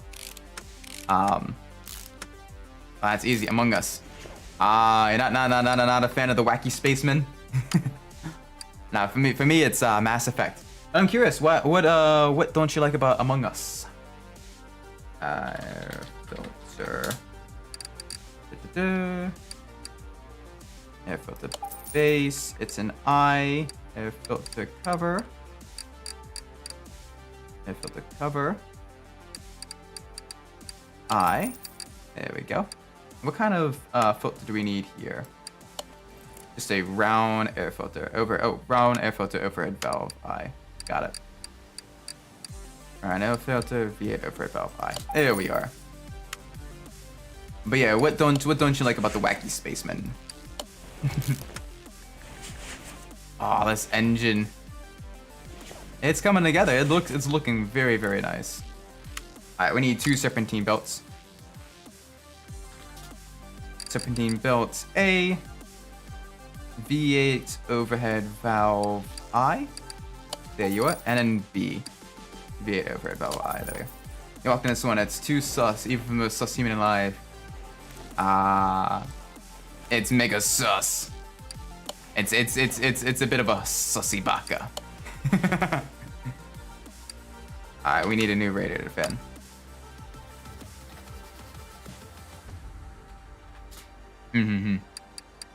I don't know, Walt. You're acting kind of sus lately. Truth or dare? Truth. I gotta rotate the engine over. Oh gosh. Heavy. Rotate engine right. There we go. Alright, part mounts. There we go. Alright, what kind of... I need a standard oil filter.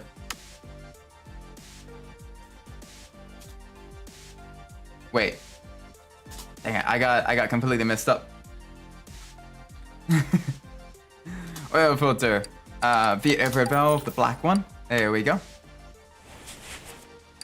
Look at this. Oh, wonderfully restored. Alright, so it looks like about half of them. What did I pick? Truth. Sorry, I picked truth.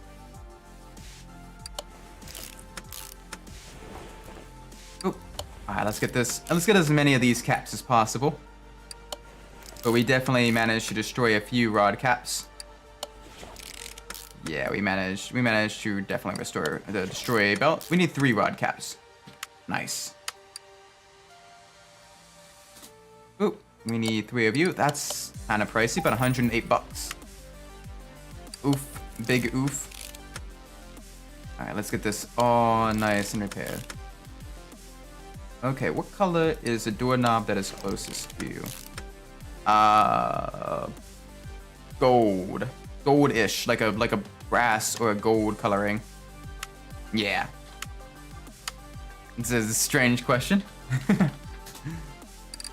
Alright. There we go. Oop. Get this oil pan as well. Everything is blue. Me too. Yeah, it is, you know, got all that from like the Lowe's. Get it all nice. Take a dare. Ooh, dare. Okay.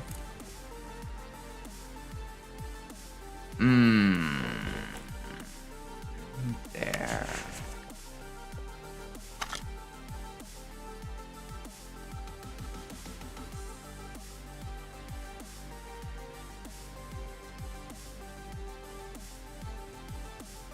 Alright, I dare you to do 10 push-ups right now.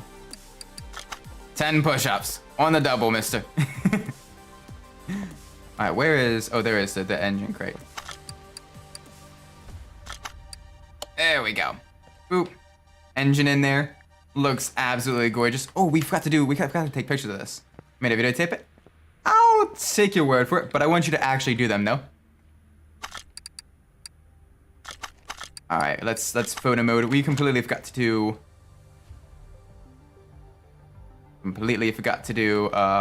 picture here. There we go. Very cool. One sec. Yeah, do those push-ups. All the push-ups. This is gonna be a very fun vehicle to work on, though. I think the next thing we need to do is with the exhaust.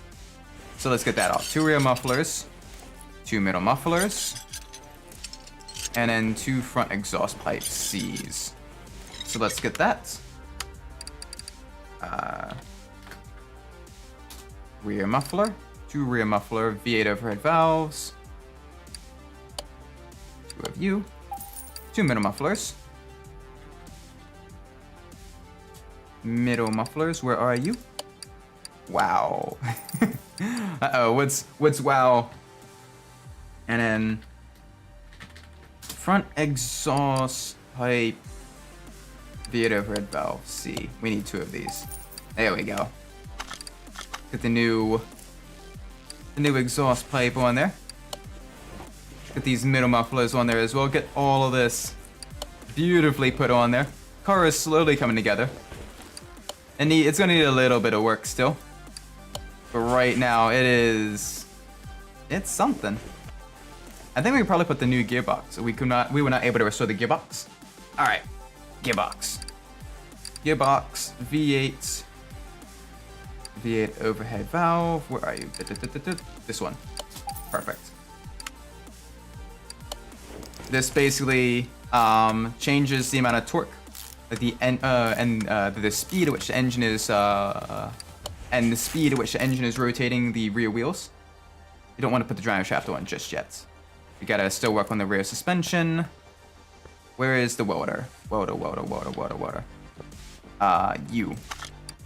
Move equipment. Power left to A. And where is the... There. Power left to A. There we go. We're gonna get this all nice and clean. Nope. Yes. Use. Yes. Move back to its original. Nice. Very nice. Oh, the push-ups. Very good job. It's. Oh, what I should have done is I could have done the.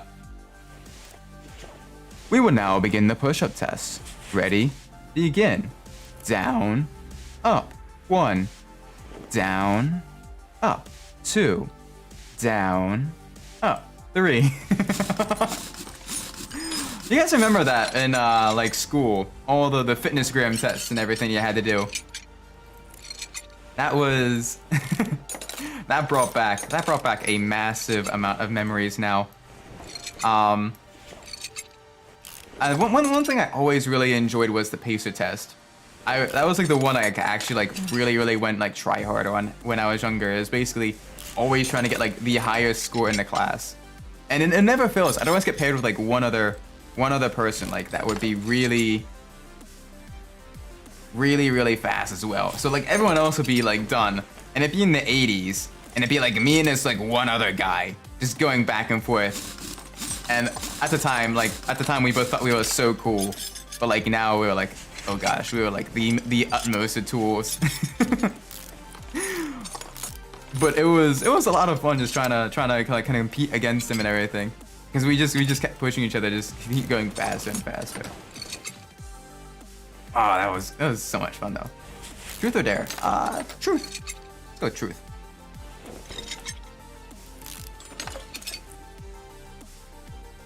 Let's go with truth. Alright, let's get the leaf spring off of here. Let's get all of this stuff completely removed. There we go. Rear suspension is completely gone. Oh man, this is... How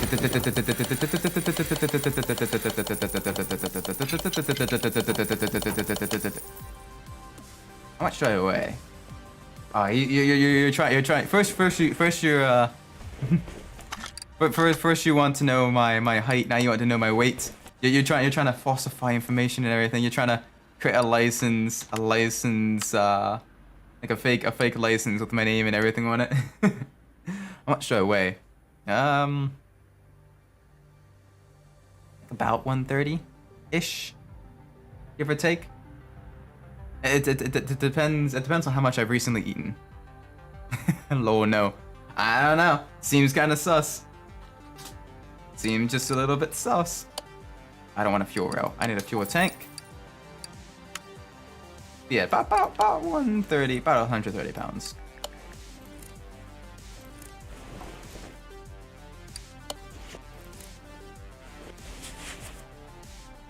There we go. Get this all on.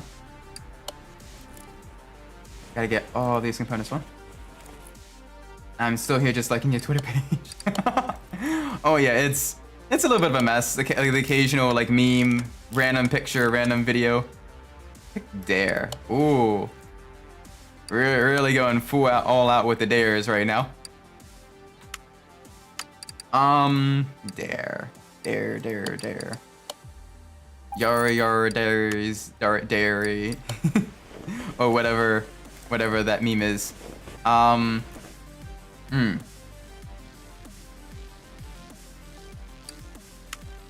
There.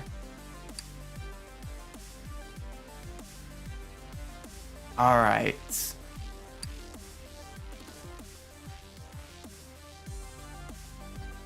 All right. This week, I want you to attempt, I want you to attempt to cook something that you have never cooked before. Try a new recipe if you have like a book or anything like that, or if you can find one off the internet, and just give it a shot. Like buy all the ingredients and cook it. 100%. That is the challenge. That is the dare. And I want you to let me know what you cooked and how well it went. I think that would be really cool. Because that's one thing I've been trying to challenge myself with as well. Is trying to like pick random stuff out of like the different cookbooks and be like, how is it? How well can I cook it? And what I would do to improve. But it is a lot of fun. And so we've actually managed to get a few new foods that the wife and I have actually really enjoyed. Or at the very least, with like some slight modifications, and really enjoy. And it's been a lot of fun. Ooh, managed to get very lucky with getting both leaf springs in here. Small rubber bushing. Only if I have a book of cooking. I have plans all week, and you can't change the dare you gave me. Yeah, no. I fully commit to that dare. You gotta. If you don't have a book, I highly recommend you look up online. There are a lot of online recipes as well. Very cool. I think there's even like a couple websites that like you can get a random recipe to try. I want to try some of those as well. I want to see just how well it goes. Alright. What am I missing? Bushing. Bushing. 4 small rubber bushings. 5 golden rings. There we go. Get this in here. Other side. Boop. Absolutely wonderful. Car is coming together. Rear suspension is looking absolutely gorgeous.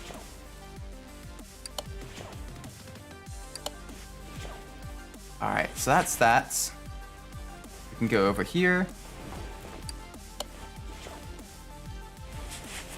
You said cook, correct? I'm gonna make some green tea. Hey, green. I will count that as cooking. At least make some sort of edible food or beverage that you have not made before. Highly recommend doing that. But plus, it's a good way to kind of step outside your comfort zone. Easiest way to learn, especially if you do that regularly. It is very, very cool. All right, give me a second. I need another leaf spring U-bolt, which basically connects the leaf spring plate to the leaf springs to the axle, and it actually allows them to then support the axle.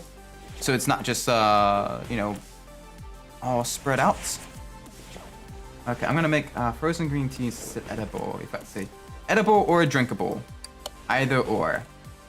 But make something that you haven't before. Truth or dare? I'm gonna go with dare this time. There we go. That's beautiful. Drive shaft. Drive shaft's in good condition. That can all be bolted up. Now I just need front suspension, body, and interior, and then paint. And then we'll be good to go. Alright, let's check here. Inventory. Alright, so it's Rim Retro 11. Do 10 push-ups right now. I've been waiting for this. Alright, give me a sec. You can at least hear me, so... Alright, I'm on the floor. You can kind of hear me a bit further away. And let's begin. 1, 2, 3, 4, 5, 6, 7, 8, 9, 10. All right, let's see if it recognizes my face. There we go. Okay, I'm back. Why do I sound hot doing that? It is toasty in this room. It's a, let me check the thermometer. Cause I got all the electronics running down here. It's about 78 degrees in here. So it is a little bit on the warmer side.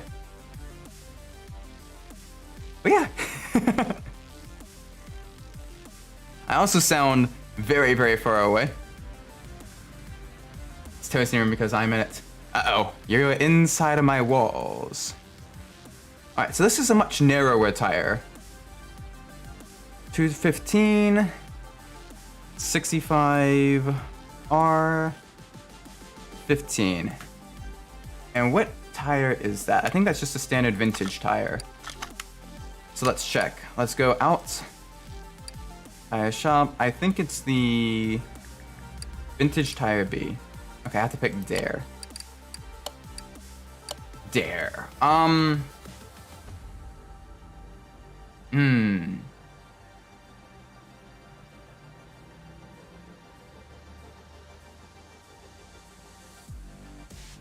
right, I dare you to kind of post like I dare you to at least take pictures of the progress of the school, of the hidden, like the hidden lab and like the school completion and everything. That'd be really, really cool. All right, profile 65, and post them on the socials and stuff like that, so people can kind of see the progress you're making with the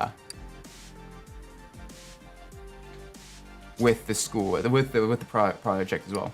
Give me a minute, I have to download an editing software. Ooh, if you're doing pictures, GIMP works very, very well for pictures. And at least with Steam games, if you press F12, you can get a screenshot of that. What Rim Classic do I have? Give me a second. It's Rim Retro 11, that's why. Rim Retro 11. Oh, I'm just gonna use CapCut. It's oh yeah, so's GIMP. Both of them are very, very good though. So either or works very well. All right, let's install this. There we go. Get the vintage tire on there. Beautiful, beautiful vehicle. Let's take, balance you, and let's get a new wheel installed. Oh.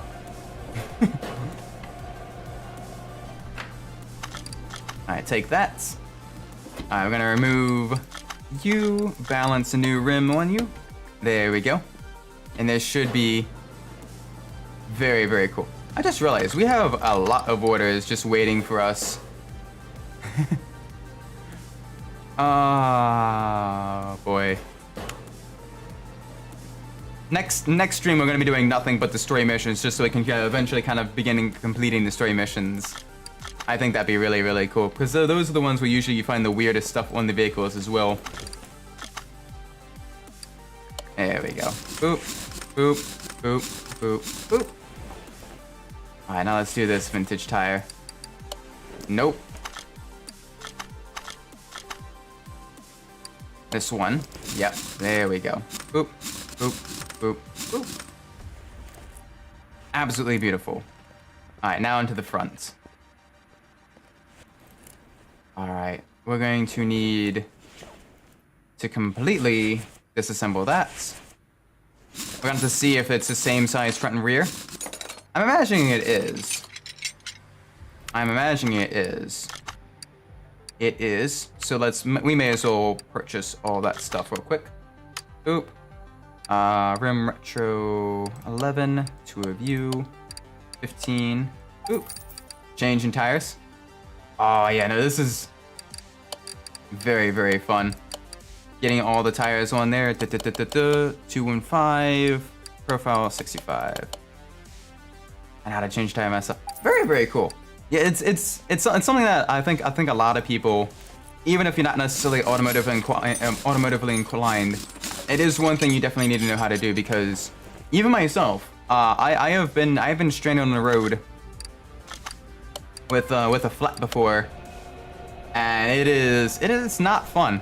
I was driving back home from work one day on I-95, which is a very, very, very busy highway, and a brick flew off the back of a truck, and I managed to slow down enough that it didn't end up in my windscreen.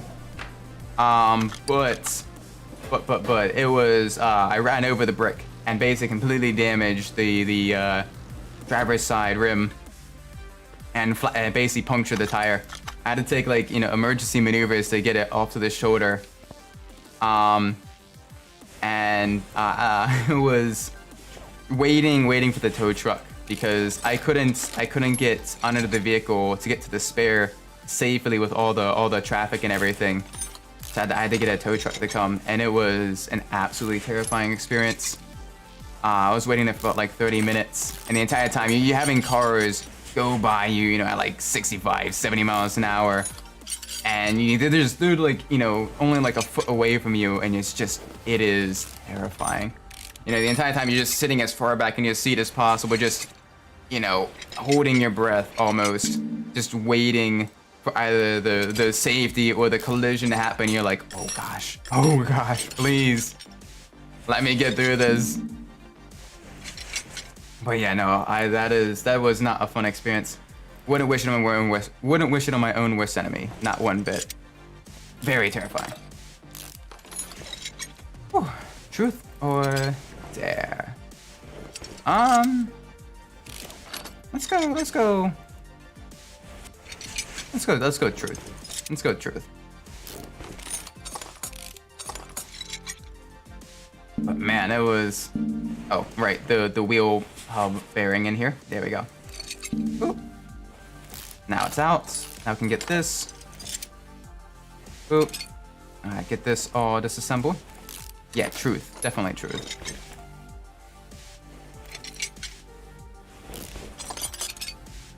And now that we know that the radiator and the What is the IRL person behind the character wearing? It's kind of boring.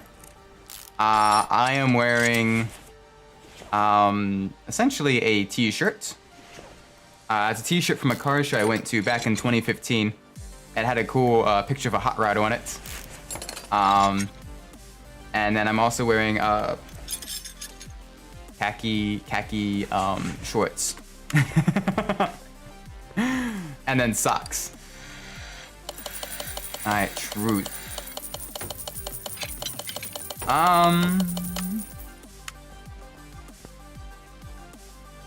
Alright. So after the school build, what is the next build plan that you have, if you have one? Hang on a second. The steering rack is not supposed to go through the oil pan. A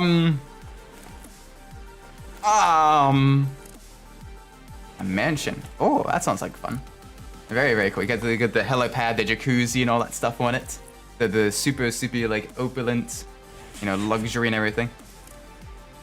But I want everyone to know. I want everyone to kind of tell me what is wrong with this picture.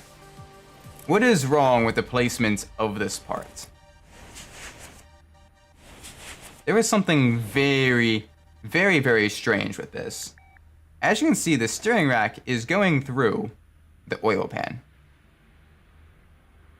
Now, the oil pan contains oil. If something is going through the oil pan, it's supposed to be on top. No, it's supposed to be just a little bit underneath the oil pan. The oil pan is supposed to be on top, or like above the steering rack.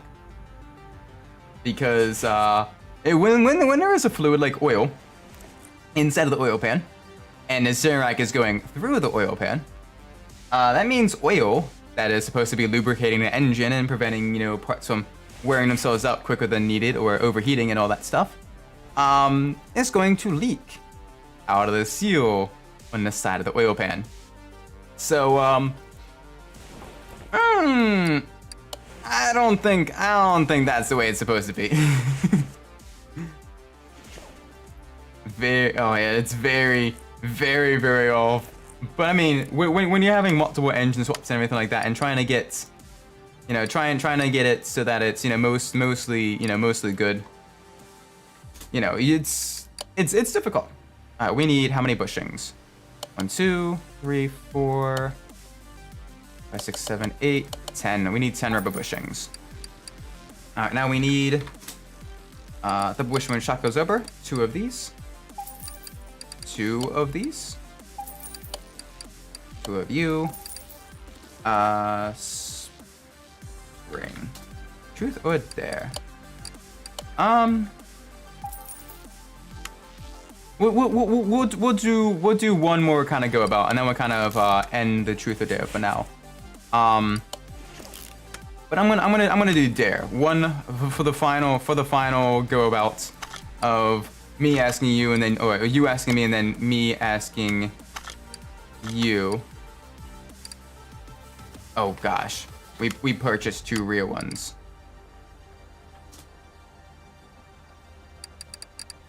We purchased 2 real ones. That's why. But yeah, I'm gonna do a dare for the final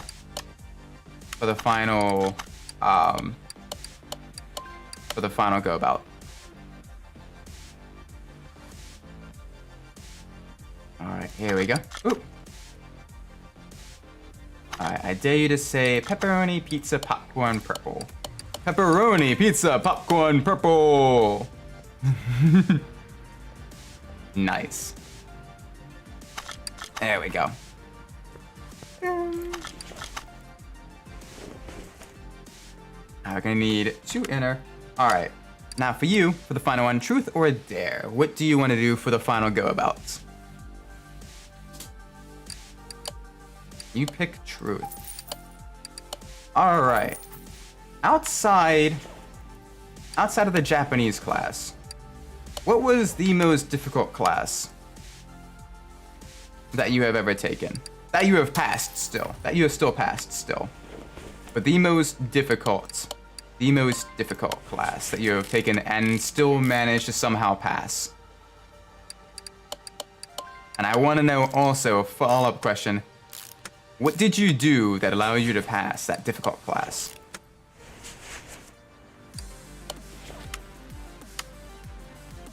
Calculus. Oh, calculus. Calculus is tricky. Calculus is very difficult. I can definitely... Yeah, for me it was differential equations. That one, once you get into like the super theoretical math, it is a little bit over my level. I definitely am very bad at like the super theoretical math. The more like practical math and stuff, like statistics and everything like that, I enjoy quite a bit. But the super theoretical, this is kind of like a whole bunch of imaginary numbers stuff. That is much more tricky. Much more difficult to kind of like actually sort of wrap my head around. But yeah, no, calculus is very difficult. I had some really good professors though in my calculus classes that like they were able to kind of break things down and kind of explain things in a more sort of generalized format. And that definitely helped out a lot. I put all the answers on a paper, like a school paper. The invisible ink had an invisible ink pen, or one of those lights I passed. Doing the secret agent method. My mouse is dying. Give me 1 second. I need to note to self replace the battery on that. I 100% need to replace the battery on that. This is very sketch. Alright, we need 2 more rubber bushings apparently. Bushing. Boop, boop, boop. There we go. This Mustang is going to be looking absolutely gorgeous.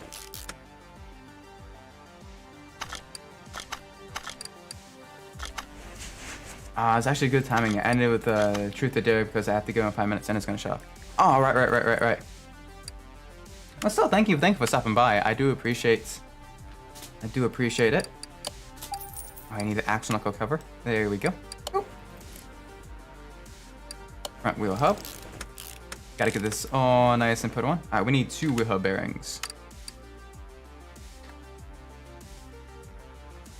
Basically, that allows the wheels much more easy rotations.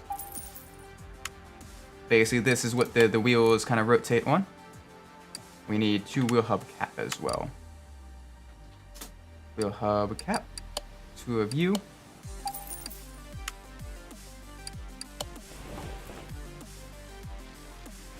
Alright. Alright, let's get this wheel hub bearing on here. Alright, we're gonna need 2 brake discs ventilated.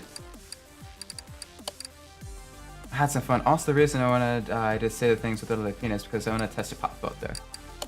Yeah, it's the pop filter. I mean, it's super cheap and everything, but most of them kind of do the same job. And it's very nice. It basically just it's something that just kind of adds just like an extra soft layer of protection. That is inexpensive and pretty easily obtainable. So for the most part, highly recommend. If you intend to do any sort of content creation with a microphone, definitely recommend doing that. So yeah, all right, take care, man. You have a very great night. Hope you have a great. Hope to see you tomorrow.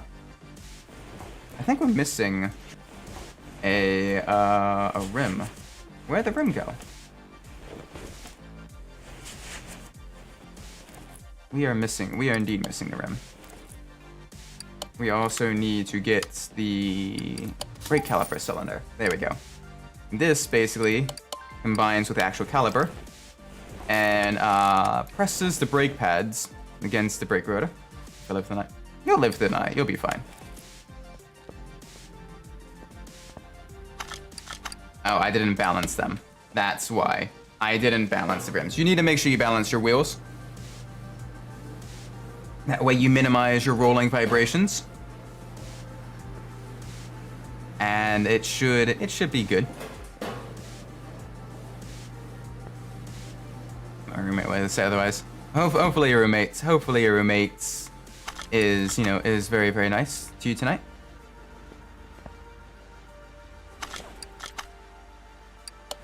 There we go. Let's get this all nice one. Perfect. All right. Mechanically, this vehicle is nearly complete. We still have a few body upgrades.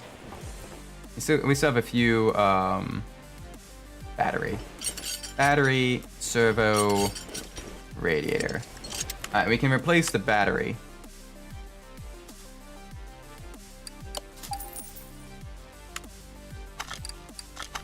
There we go. All right.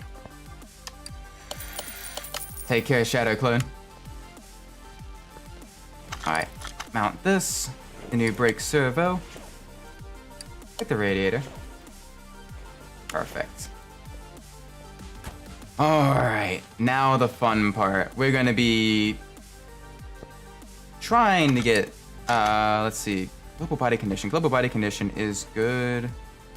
Clip B. Oh no! Clip B.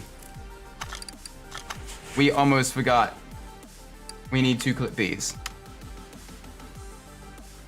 I am so glad I double checked that. I was wondering why the mechanical condition wasn't at 100%, and that is why, because both clip Bs were not on the ignition distributor cap. That basically prevents it from flying off during the engine operation. There we go. Perfect. Okay. So now we have a whole bunch of stuff. Inventory. We can sell all of this. Oop.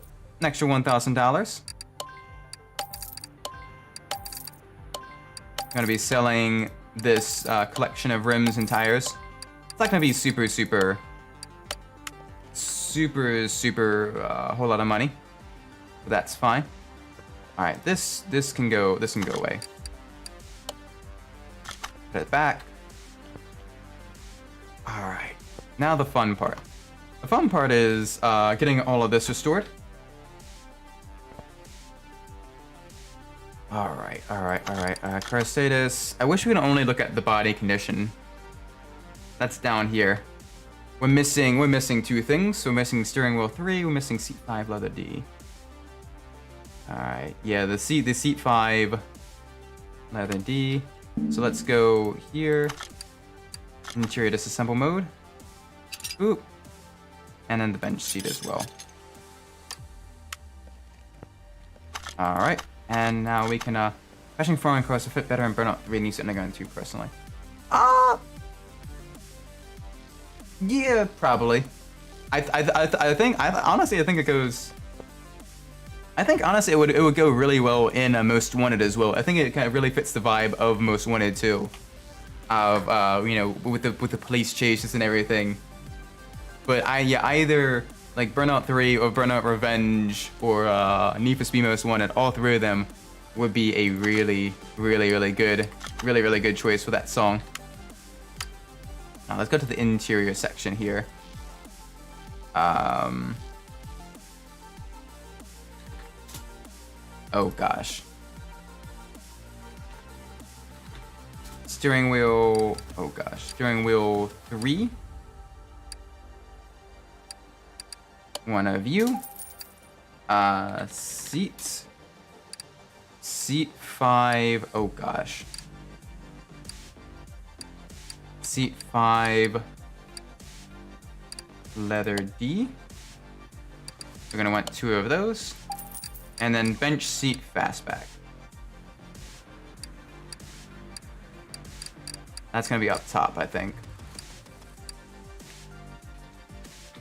Seat 5, there we go. Perfect. Now we can go, boop, interior assemble. Boop. Boop. Boop. And then boop. New interior. Very nice. That being said though, Midnight, I want to know what you what you would consider to be a song from either the Burnout games that you think would do much better in Need for Speed Underground 2. I want to know your thoughts, like the other way around. Because there is a lot of good songs in there that would be much better though for the other games and stuff. But I kind of want to know what your thoughts would be for the other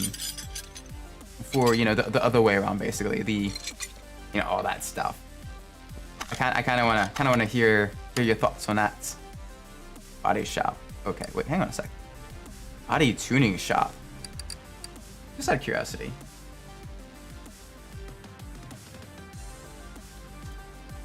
Okay, so it's literally just hoods. Takayde, welcome. Good to have you here. Hope you're having a great day. Okay, so that's just the standard stuff. Custom gearbox. Ooh. And this is the tuning shop with all the tuning stuff. You know it's tuning stuff because it's all chrome and red. But we're not gonna work on. Wait. Brakes. Oh, yeah. I kind of figured there's no brakes and stuff there. Not yet. No brake tuning just yet. All right. So I'm supposed to. We need one of you. Left door. Doots.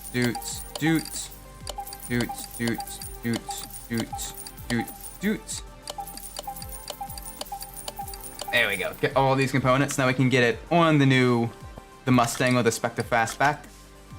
Ooh.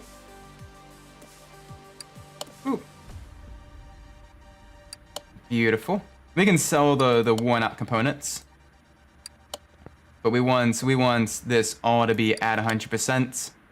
This car is going to look its absolute best. It is going to be basically a car that you take to the auction and you show off. Oh, hang on, normal mode. Front window, remove that. There we go. Whole bunch of body part replacements. And then of course, we're gonna be putting on the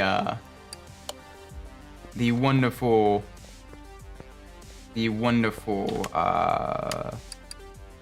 plates. All right, so we did a Maryland one.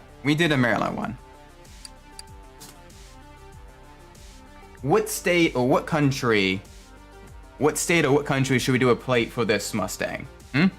I want to know what state we should do for this, or what country. I don't want them all to be Maryland plates. I wanna do a bunch of different cool plates as well. So if you have a recommendation, please let me know. I'm very, very curious as to what the first one is gonna be.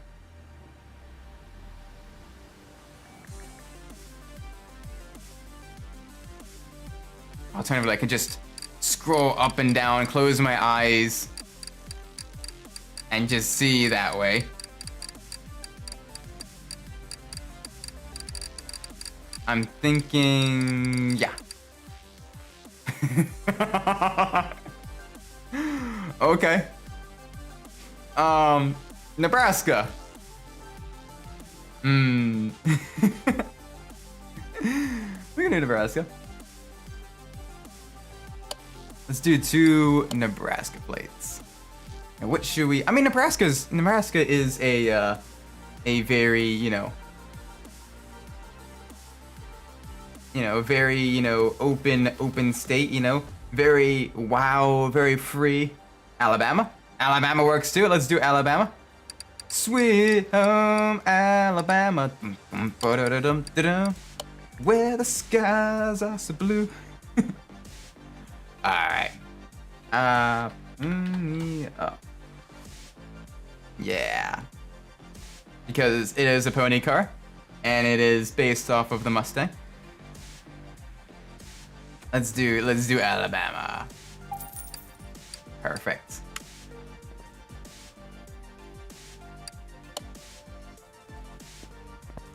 Very, very cool. Alright, simple mode. Get the Alabama plate on there. Very, very nice. Alright, let's move. Oh yeah, normal mode. Move the vehicle. Let's move it to the paint shop. And now we get to finish the vehicle off in a beautiful, beautiful color. First, let's see what liveries we have available. Singular stripe, not bad. Double stripe, kind of. That's it. That is literally it. Oh wait, no, hang on a second. Oh, so C is the camera. Oh, that's kind of cool. It doesn't really flow well with the rest of the body style. That's kind of cool. Let's do that. I think we should make this a nice, beautiful red, or like red orange color. Ooh, actually, yeah. I got an idea. Ooh, let's see, matte, pearl, million. Chameleon, not necessarily as much, unless we go this way around. Nah, chameleon's kind of dreadful. Pearl could work though, for like almost like a candy colored paint.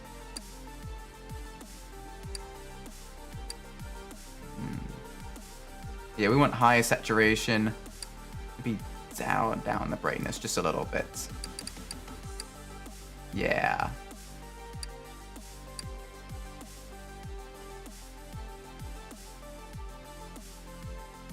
Right around there. Boom.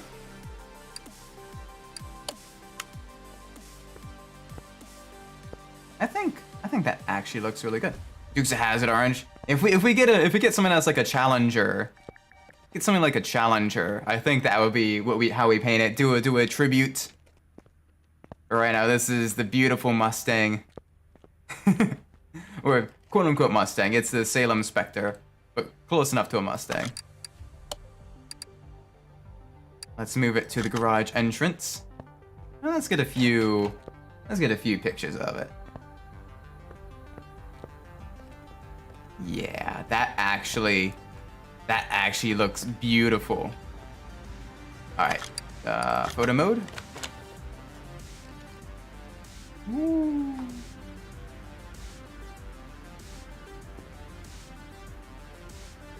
What am I? Oh, that's the pillar. It's literally the pillar that I'm stuck on. Ooh. There we go.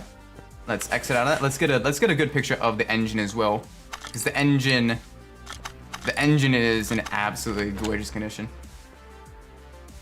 It reminds me of this show. Oh yeah, this is very, very cool. Very, very cool car. It's got a beautiful engine in it as well. Everything is in great condition. Actually, I don't think that was the best picture we could have gotten. Let's get one more picture. Sorry, we'll get working on the Corvette as well in just a second. I want to get a good zoom in on that. There we go. All right, we're gonna dyno this, and we're gonna do a little bit of drag test with it as well, because no oil engine. That is why I do this stuff. It is good to test to make sure that everything is actually 100% there. You're not forgetting anything, like oil in the engine. Nope, not me. Never. Why would I ever forget to put oil in the engine? Now I can put it in the dyno. Ah, it is a gorgeous car though. I'm almost sad to sell it though. But I got stuck in the door. But let's dyno test it. Let's see how much power we're making. Oh, run the dyno. Run the dyno.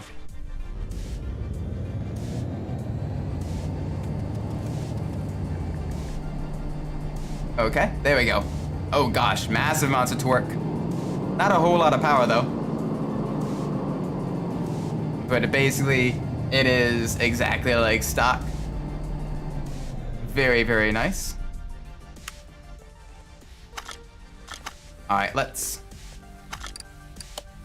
back to the entrance, and we're gonna do a test. We're gonna do a test with it because we didn't do a test with the DC Typhoon. We probably should have. But let's go. Yeah, the abandoned airport. We get to see just how fast this thing can go. At stock, of course.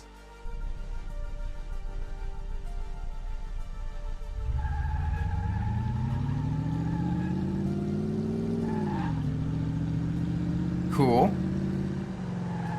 Oh gosh, okay, it does not turn all that well. Of course, I'm also playing on keyboard. Oh, this is actually fun. You get to drive the vehicles around. All right, 100 miles an hour. 105.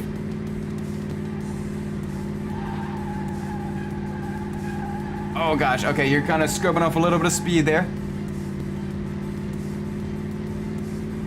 This is fun though. I don't think I can go much faster than 110.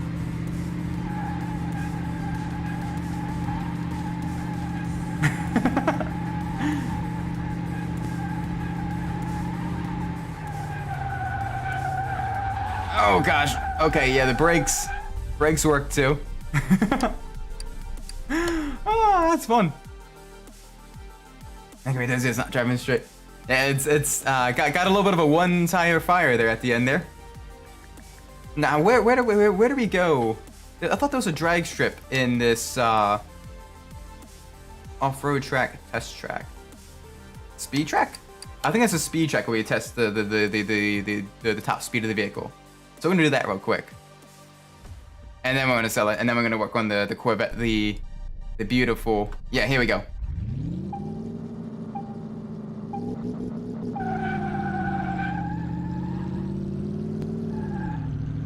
All right, off to a good start. 0 to 60 in 6 seconds. That's not bad.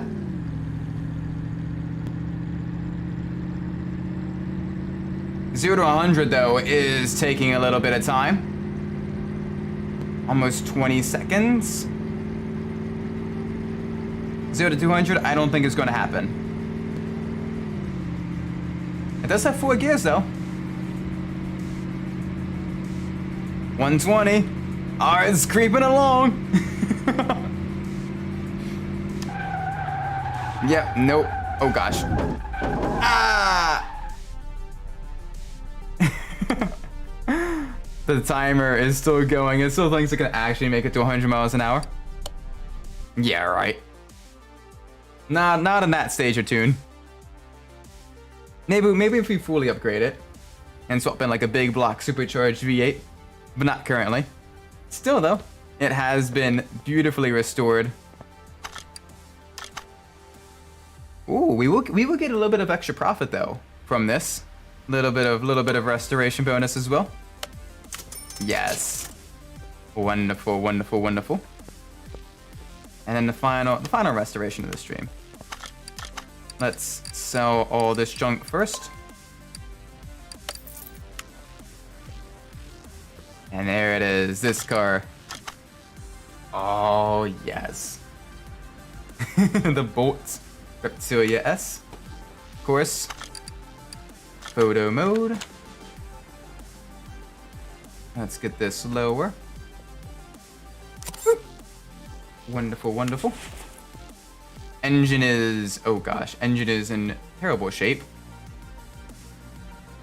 All right, let's move to the lifter. All right, first things first, let's get the engine out of there. Oh man, this is gonna be a fun one. I love my Corvettes. I love the lightweight. Oh wait, no, hang on. Used equipment. Nothing in it. That seems to be the case for a vast majority of these. These cars just do not have oil in them at all. Okay, that's fine. That is something. I guess if they've been sitting for a while, maybe the oil just kind of evaporated or just, you know, leaked out into the ground. That's a bit of an environmental hazard and an environmental, shall we say, environmental violation. Get EPA on your butt. All right, let's take. Where is the cherry picker? There's the cherry picker. Move it to car left to A. Oh, that car has to be lowered. Take out the engine. There we go. While we're here, let's get the welder. There you are. Move. Car left to A. Repair the chassis. There we go. There we go. Put the new engine on. What? What do you mean there's no...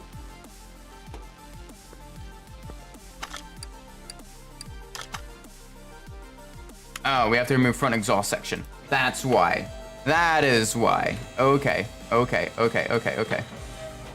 Now where is front exhaust section? That's gonna be on this side. There we go. Perfect. All right, now we can remove it. Engine is being just a little bit wonky. There we go.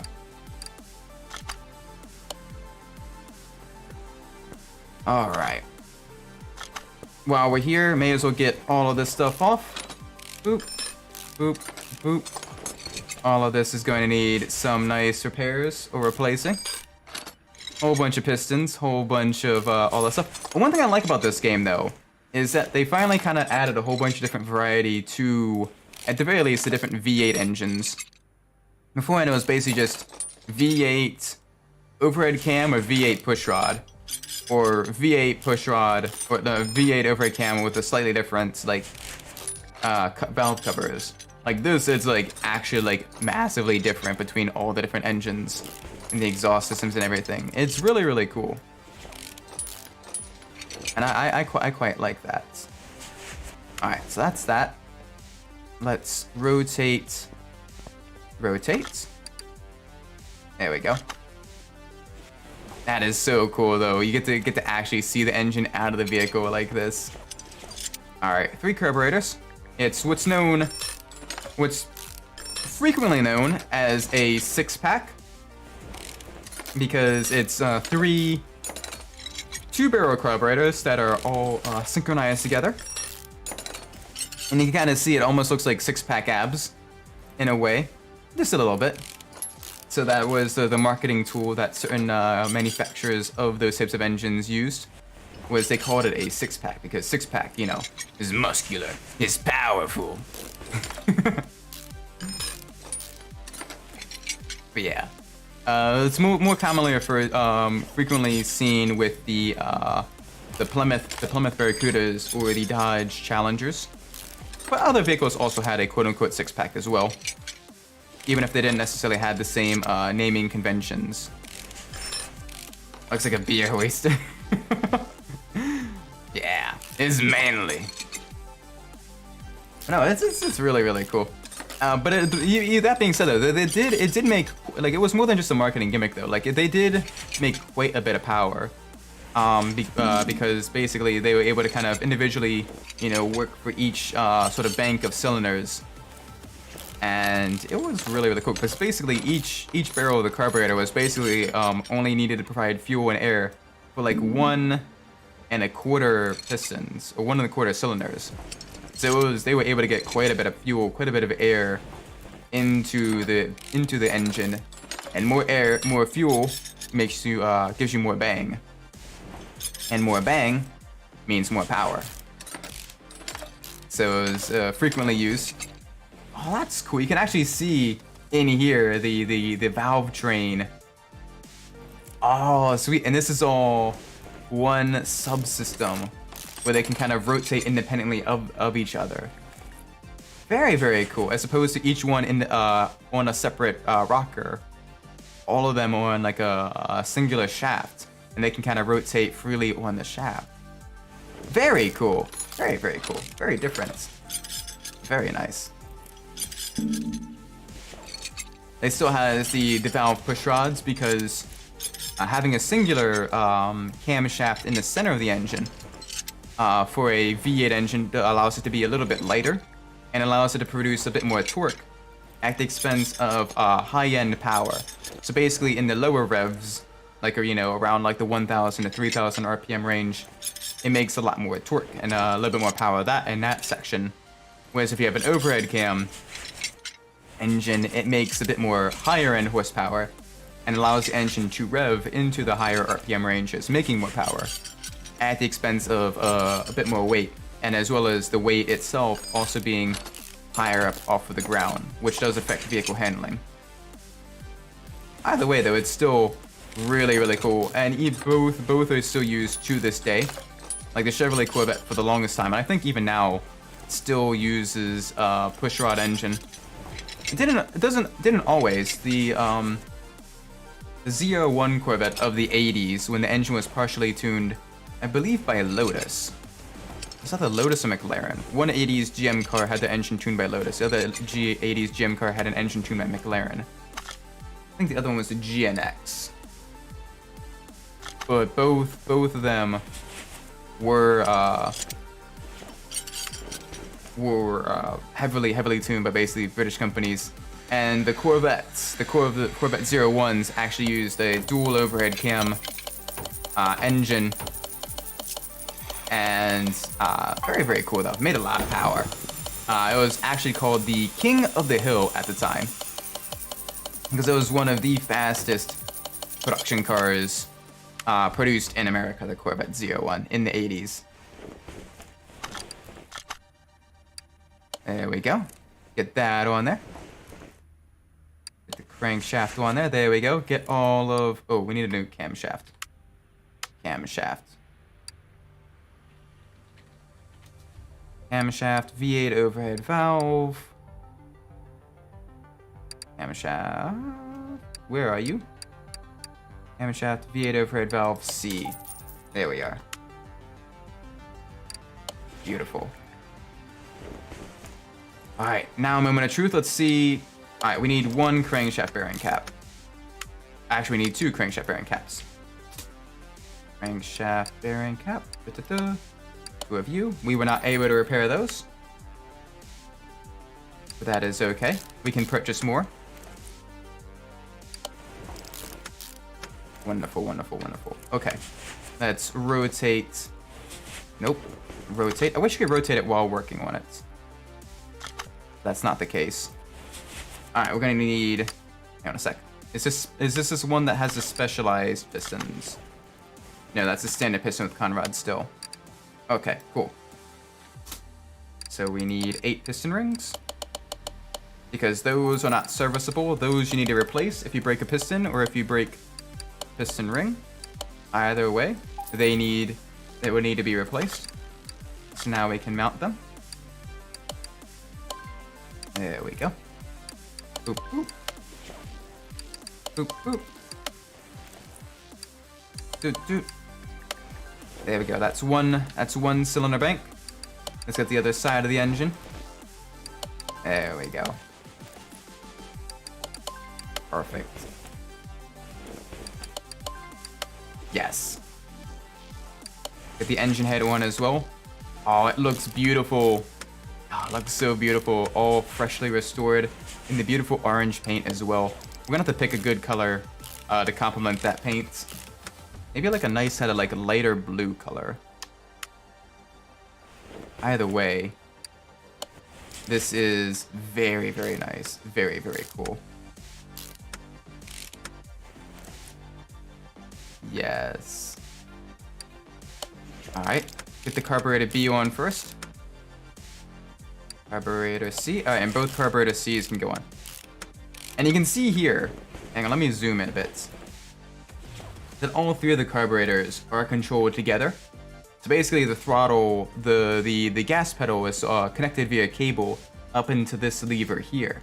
And as you press down on the gas pedal, it pulls this back, which then rotates this and basically causes all 3 carburetors to open simultaneously, as opposed to needing multiple cables.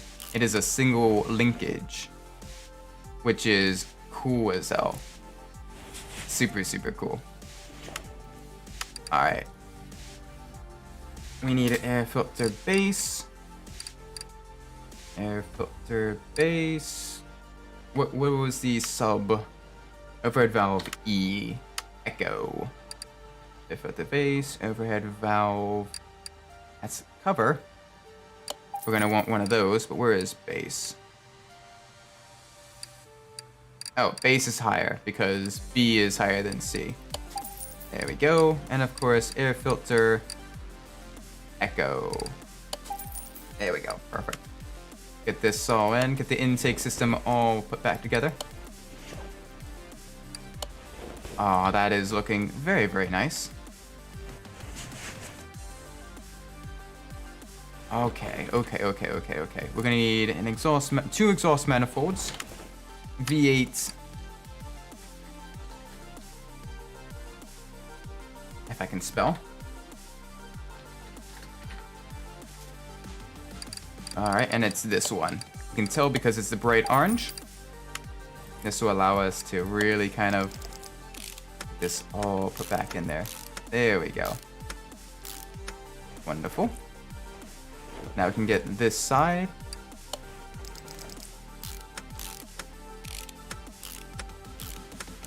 Wonderful. All right. We're able to okay, good. We were able to restore the ignition coil. No. Let's get rid of the ignition distributor. That was not good. All right, so we need distributor rotor, distributor cap. We also need 8 spark plugs. And let's see, what's... Alright, so we need specialized valve push rods. I'm glad we double checked. And that is F. And we're going to need 16 of these. And we're going to need... Oh gosh. I think D. I think Delta. Yes. I'm gonna need 2 of those. There we go. Perfect. Begin getting this all reassembled.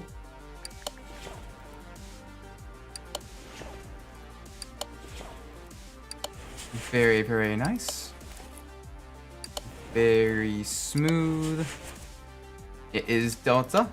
I'm glad we remembered exactly what it looked like. Perfect. Alright, let's get these spark plugs in there as well. Without spark, you can't have ignition, and then you're just wasting fuel and air.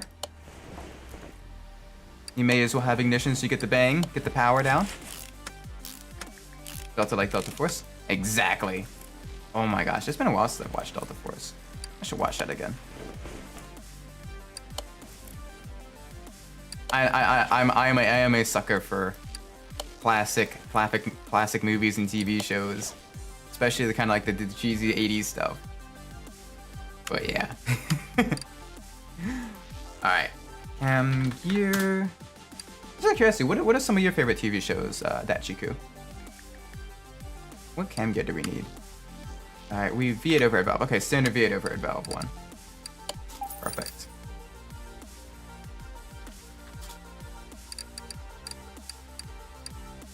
And then we need a standard V8 overhead valve timing chain. Oh, nope, we need an F. We need an F1. There we go. Yeah, I rewatched the old Mario movie. Oh, the one with, yes, the one where Bowser is an actual human with the cornrows. Oh my gosh.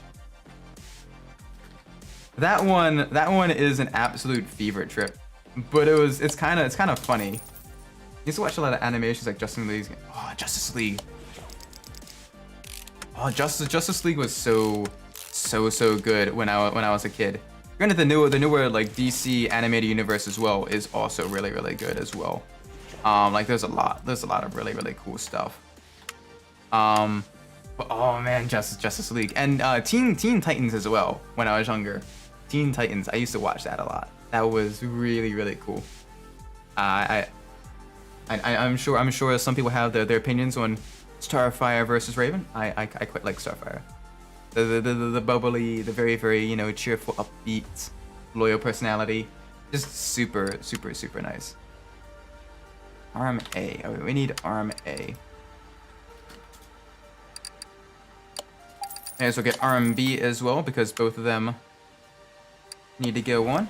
There we go. But even the new like DC anime universe is still really good. Like I watched the what's the most recent one where basically like the world is almost ending and they kind of have to like go back and reset and everything. I mostly watch random anime shows nowadays, but sometimes I still watch old animations. Yeah, that's the thing though. It's good to kind of have like a mix of like the new and the old stuff. I think. Like because if you only watch like the one or the other, like you kind of begin getting a little bit V8 over at Valve. Oh, we purchased V8 over at Valve. Now we did. But you know, you kind of fall off a little bit of like the sort of the cultural sickness and everything, and there's too many like that. Yeah, no, there's a lot of good modern stuff, but there's a lot of good old stuff too, and you just gotta. It's difficult to kind of keep track of all of this stuff. Like I know I'm very behind on like a lot of like the TV shows. Time Travelers and Legion of Superheroes, Flash, etc. Oh yeah, yeah, it was. Oh gosh, what was it? It was basically like Apocalypse War, I think is what it was. Watch Oshi no Ko. All right, let me add that to the list. Oshi no Ko.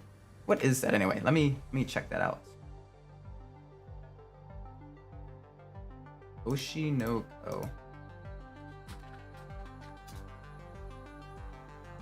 Oh, it's the one where they're doing all like the. Hang on, let me display capture. That's the one where they do like the poses and everything like that. Oh yeah. Turbo just recently did a Eurobeat remix of one of the songs from this. Yeah. Okay, I gotta watch that. That seems like a lot of. Oshinoko is about idols and it's supposed to be a realistic take on them. Ah, okay, cool. And you kind of have a little bit of the deconstruction and reconstructions of like the different idol tropes and everything like that. That is very cool. Very cool. Yeah, I need to watch that. I recommend Trigun. Ooh, I've heard of Trigun. I have not watched Trigun, but I need to watch that. Right now, I'm mainly like super hyped for the MF Ghosts, the sort of sequel or spin-off or what's the terminology here? Spiritual successor. That's the word I'm looking for. Spiritual successor to the Initial D anime. I wanna watch that. That would be really cool. And because Trigun has some nice question trains. Yeah, I've heard that about. Like they really kind of take their time to really kind of to really you know focus on you know the all the mechanical details of the different stuff. Like that is super cool. All right, V8 overhead valve C, V8 overhead valve C. 1 second. There we go. Ooh, I want both of these. There we go. And I think. Oh no, we need the radiator fan as well. Get that all bolted up. And I think. Oh no, we need to rotate it again. We need to rotate it quite a bit actually. So we need to get all of this put back together. We need a fuel filter. We completely neglected an entire side of the car, or entire side of the engine.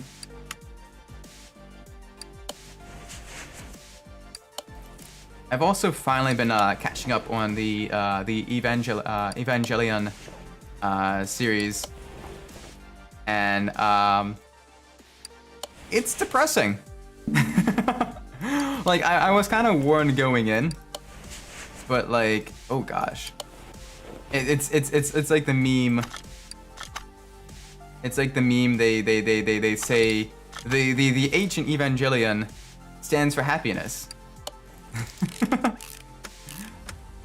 Oh, I was not ready for that. Like I was kind of ready for like the sadness in like the Cyberpunk Edgerunners anime. Spoiler warning if you haven't watched it. But granted, it's still got a couple of songs stuck in my head. But oh my gosh, I was not expecting. I was not expecting the pain in the Evangelion series. Like, oh my gosh. All right, let's get you. Come on, get the wires one. There we go. That being said, though, the memes though. Get in the robot, Shinji. Oh, it's hilarious. It's sad in context, but it is hilarious. A lot of people recommend Oshinoko, but I wasn't really into it. Probably because it was well known. I was supposed to into the anime you mentioned stuff like Bubblegum Crisis. That's because you read the manga. Yeah, it's. I don't know. Basically whether or not it's popular doesn't affect too much as to if I'm interested in it. More so, it's basically. For me, it's more so becomes, does the concept interest me enough to actually like want to sit through, you know, X many episodes. And also, that's why I'm kind of a bit hesitant to like get involved in like some of the more like the larger animes like One Piece. Is basically, I'm not like how many episodes of One Piece are there? Like I'm familiar with the memes and everything. But it was one of those ones where it's like, even if it's got a cool concept, I'm not necessarily sure I'm ready to kind of commit that much time to watching it. No, hang on. Where? Give me the engine. Nope, we need to rotate actually. We still need to put the oil pan on. And we need to put all the rod caps on.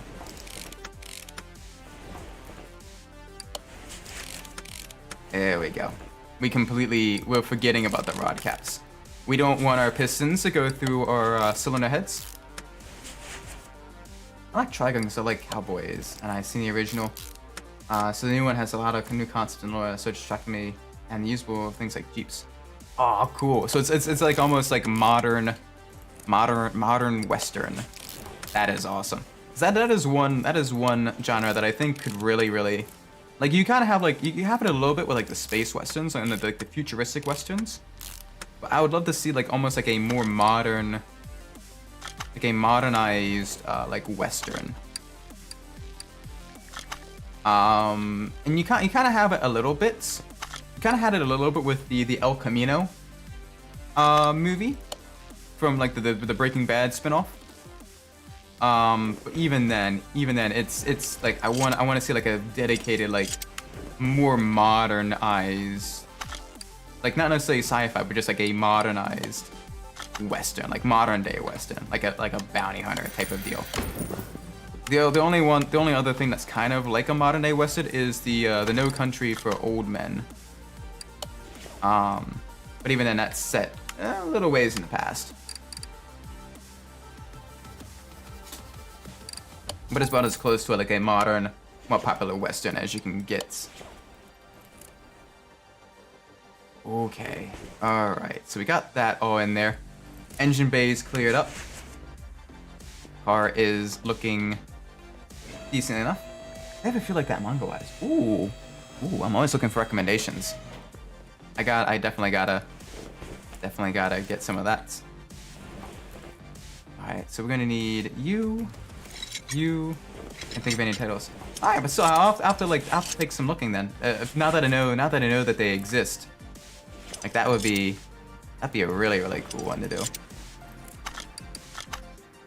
Were we able to repair the gearbox? We were not able to repair the gearbox. Okay. V8 overhead valve F.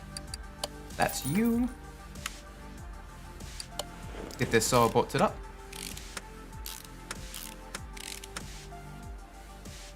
Let's get the starter in as well. There we go. We're gonna need 2 front exhaust sections.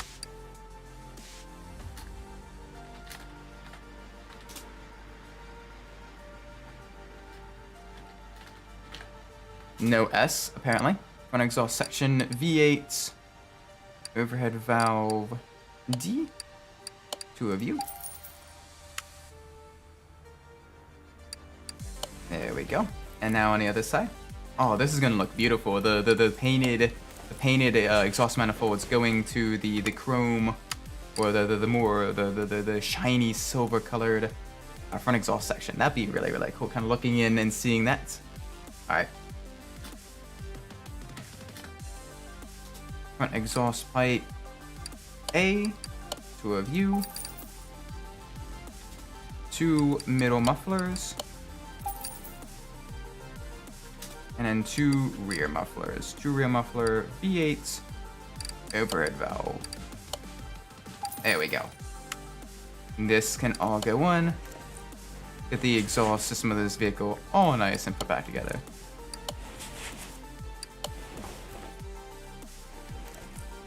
Very good. Very nice. Wonderful. All right. Now that we're here, let's get the fuel pump and the fuel tank out of there. There we go. Let's see if we can repair the fuel pump. Nope. Cool. Basically, the best way to sort of repair these vehicles and get them fully restored is to kind of itemize them down into subsystems. So that way you don't forget anything. You're not neglecting anything. So let's get the fuel tank. Let's get the fuel pump as well. Very good. There we go. I went to a car show this Saturday, and it was actually really fun. It was the first one I went to this year, and I had so much fun there. Because I always like looking at like all the different vehicles and everything. Everyone, even like the smaller car shows that like don't necessarily have a theme. It's always really cool to kind of like just talk and just chill with like all the people there. You know, talk shop. You know, all the different cars and everything. And that's one thing I recommend. Like, even if you don't know anything about cars, if you ever want to like go to a car show, you are more than welcome. Best thing you can do is basically just find someone that is like right by their vehicle, just kind of chilling, you know, in the chair and everything. Just kind of, you know, you can just like ask them like questions, like, you know, what kind of car is this? Can you tell me more about it? Because most people in the hobby are more than happy to talk about their machines. And it is just super fun. And you can get like a whole bunch of like different stories as well. Like, you know, one person, you know, why I inherited this from my father, you know, kind of set in the garage. I don't know if it worked the car shows. Oh, cool. What did you do? Oh, I'm curious to hear that. But you know, it's just super cool, like hearing like the different like stories, because especially with like older vehicles. The cars themselves have like, you know, like this massive story behind them. You know, some people are taking them on like the big road trips. Some people are like, there was a vehicle that they had in college, and basically they kind of, you know, put it in storage and they just recently restored it. It is so cool. And I always like going to the car shows and just learning, because it's the thing, no matter how much you know or how little you know. I'm also done as a go for okay, cool, very cool. Hey, every bit helps, especially with like car shows and everything like that. Like they need, you know, you need people need all the help you can get running those big events. So yeah, it seems machines had a car in the middle of a convention center, that'd be one restoring stuff. Oh, nice. Very, very cool. Oh, so it was like the more modern, or like kind of a hybrid modern and like classic car show. Very, very cool. Very, very cool. All right, we need a knuckle axle housing. C. But yeah, no, it's so cool hearing like the stories behind like the different vehicles that people have owned. Like there was one guy there, not this year, but last year, that I went to that car show. Is that basically the Romancing the Chrome car show? And you can probably find it online as well. It's up in Forest Hill, Maryland, and it's run by the Lions Club. But it's a smaller car show. But we had one guy there, and he had this old like Willys like military. That's actually a Ford Jeep, Jeep, because during World War II, the multiple different companies got contracts to develop the Jeep, and he was talking about the difference between the Ford Jeep and the Willys Jeep, and basically you can tell the differences with the grill. One of them has extra strakes in the grill compared to the other one. I think the Ford one has extra, but basically that was how you can tell. But he was, he was like super into like the different like mechanical aspects of like World War II and World War I and everything. And basically he worked he worked his job was to restore those old pieces of history so they can be stored in museums or like in other like private collections and stuff. But he was super older gentleman, but super knowledgeable. And he restored everything from old Jeeps and other like troop transport stuff and motorcycles to even planes and tanks and stuff. And it's super cool talking to him. And I think I actually got like a sunburn because just kind of listening to like the different like stories of those restorations and stuff. It's like I was kind of listening to him talk for like two hours, but it was super like the entire time, like the hours are passing by super quick as well. Like it was a lot of fun. That's a front shock absorber. We need a rear shock absorber. But it's always when you get talking to like the people that are super passionate about that stuff. And it's just very cool just kind of learning from them as well. Like it's very cool. Oh, we need the leaf spring plates. We need one leaf spring U-bolt. Never been able to fully restore all 4 of them. Random luck, I guess. Leaf. Thankfully, it's fairly cheap. Fairly cheap to restore that. So let's get you in there. All right. Oop.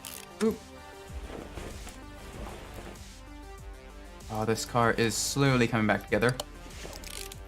We are going to need to replace the rims, though. Spring cap. Okay, spring caps can be restored. The other stuff, the shock absorber caps, cannot.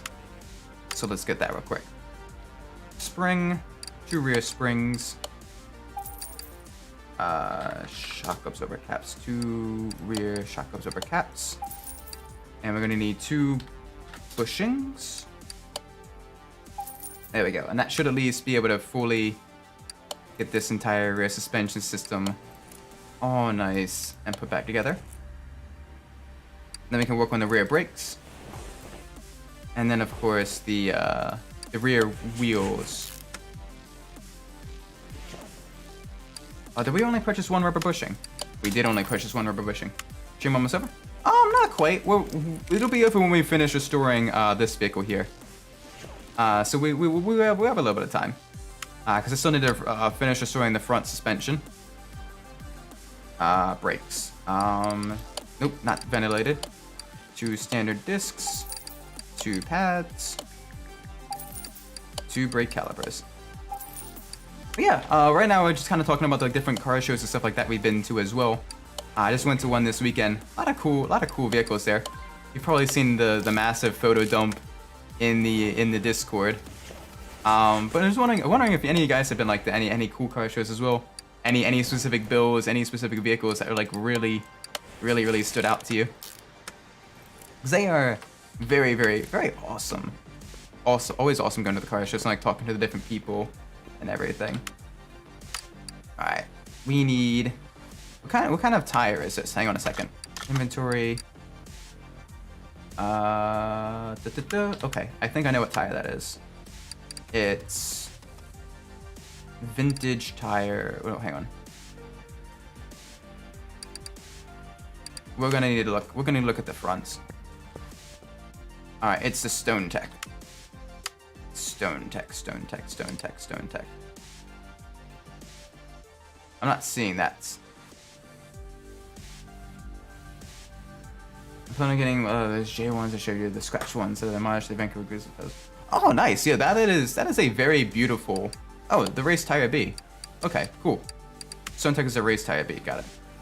I know the kind of the teal and the red. That color combination, like you wouldn't necessarily think it would look good. But it looks very, very. It looks very snazzy. All right, so it's Room Retro 10B. 225, give me 1 second. 60R15 ET0. Okay, cool. So we need a race tire, 2 of these, size 15, width 225, profile 60. There we go.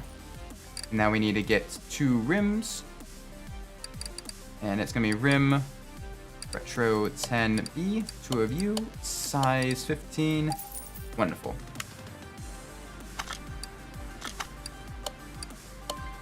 We can install that on there. Perfect. And I might also get the Vancouver jersey and jersey shorts to match with in the school. That'd be awesome. Yeah, I mean, you know, represent the home team. 100%. Plus, also, you know, the shoes themselves are very, very pricey. But I mean, they look very, very good too. One of my roommates in college used to be a sneakerhead. He would collect like massive amounts of like different types of like running shoes, basketball shoes, all that stuff. Like he literally, when he was unpacking, like he had an entire tote. I'm talking like 5 foot long, 3 foot wide, like 1 foot deep tote of like just running or just like different types of shoes. And like, you know, when you go into college, you gotta kind of have to pack light when you're in the dorms. Not necessarily as much with when you're in the apartments, but definitely so when you're in the dorms. And one of the things he chose to pack was a massive thing of shoes. And to his credit though, he did. I think he wore like every single pair of shoes at least once during both semesters that entire year at college. But it was just like seeing that come in. I was a little bit not necessarily taken aback, but just very shocked. Seeing that, I'm like, oh wow, that is a lot of shoes. But yeah, very, very fun.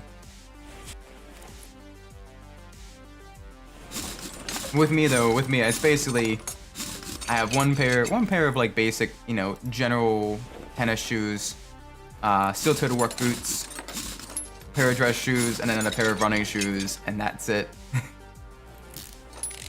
Oh, and a pair of flip-flops too. And that is like all the shoes I have, and some of them are like, you know, multiple years old. I need to replace them actually, because especially running shoes, you should replace them like once a year, because otherwise they lose their cushion. And they start rubbing a little bit on your feet, and that's how you get blisters.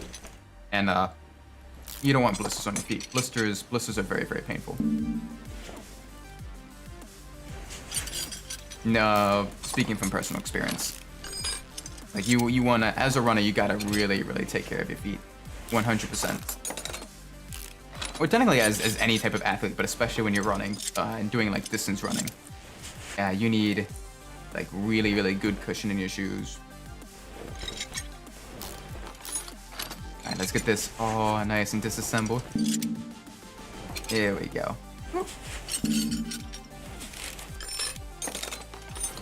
There we go. Get this all out of here. I hate the outright race on the ground too. Yeah, they are a little bit challenging. I found that they, at least in the console version, you usually get a better time on them by going up on the highway and then using either the traffic or like juking them out with the exits. Like going down like the off-ramp, but then going back up the same off-ramp, like, you know, just maintaining your speed. Because they constantly slow down for intersections. You can use that to gradually pull a gap on them. And that is the best way, I've found to kind of do the outrun races in Underground 2. Is by doing that. Because if you try to do the, like, outrun them in the city or in the mountains and stuff, they don't really slow down as much. And it's much more difficult to kind of outmaneuver them, especially if they're in lighter, more maneuverable vehicles. But on the highway, you can definitely outmaneuver them, especially if you draft them a lot beforehand. Build up basically like the full amount of nitrous, and then you outrun them. Like you challenge them full boost of nitrous. And then, like, you know, you just completely... Bonus points if you can spin them out as well. That'll definitely also slow them down. Okay, so let's see. We need sway. Alright, front sway bar B. 2 of you. And we're going to need tie rods. 2 of you. 2 of you. We're going to need 10 rubber bushings. What else? Oh. Shock. Double wishbone shock goes over in the front. 2 of you. 2 of you. And in the spring. Get these mounted on there because nothing in the front shock goes over can be repaired or serviced. So basically, you're better off just buying all the new stuff here. Getting that all nice and all nice and put back together. There we go. Boop, boop, boop. Beautiful, beautiful, beautiful. Nice.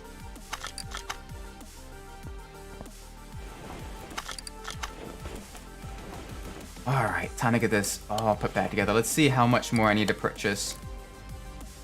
Alright, both the front steering knuckles are in good shape. That is exactly what I want to see. Alright, both upper suspension arms are good. Time for the lower now. Alright, one bottom suspension arm is bad. Note to self, I need to purchase that. May as well purchase that now. Bottom. Oh gosh. First one. But anyway, yeah, that is the main way I go about doing the outrun races. That's also because I usually tune most of my vehicles for peak power, as opposed to like as opposed to just drivability. So that also allows them to make a little bit more power, a little bit more top speed in for the outrun races. But yeah, that's my strategy. 4-3 or 16-9. If possible, I prefer 16-9, but I'm one of those people that doesn't necessarily mind the 4-3 aspect ratio. Like if it's a classic game, right, and it's the only thing available for it is the 4-3, then I will happily play it in 4-3. But like right on the PS2 era though, I usually try to make things or find like a widescreen patch for the 16:9 aspect ratio. But either or is perfectly fine by me. I'm one of those ones that doesn't necessarily notice too much and can kind of adapt to either.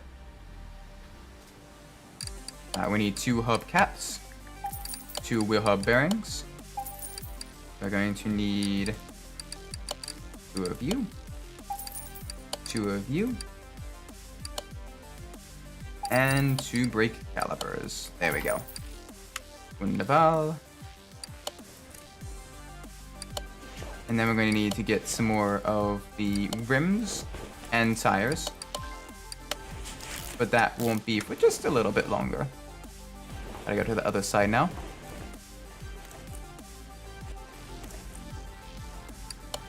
There we go. Car is... Oh gosh, alright, we need 2 more bushings. 2 of you. Burnout 3 basically does have a 69 option of PS2, but it's depending on the system settings instead of game settings. Interesting. Very, very interesting. So basically, it kind of like auto adapts once it detects what the system settings are. Very cool. That's good because I have the PCSX2 system set to the 16:9 settings currently. But yeah, which is why I usually try to get most of the PS2 games to 69, so I don't have to keep going back into the actual system settings and changing it when possible. There we go, much better. Okay, so, inventory. First, we need to check our inventory. Let's see. Okay, it's all the same sized. That seems to be the case for most things. So tires, race tire B, to review, 15 please, width 225, profile 60.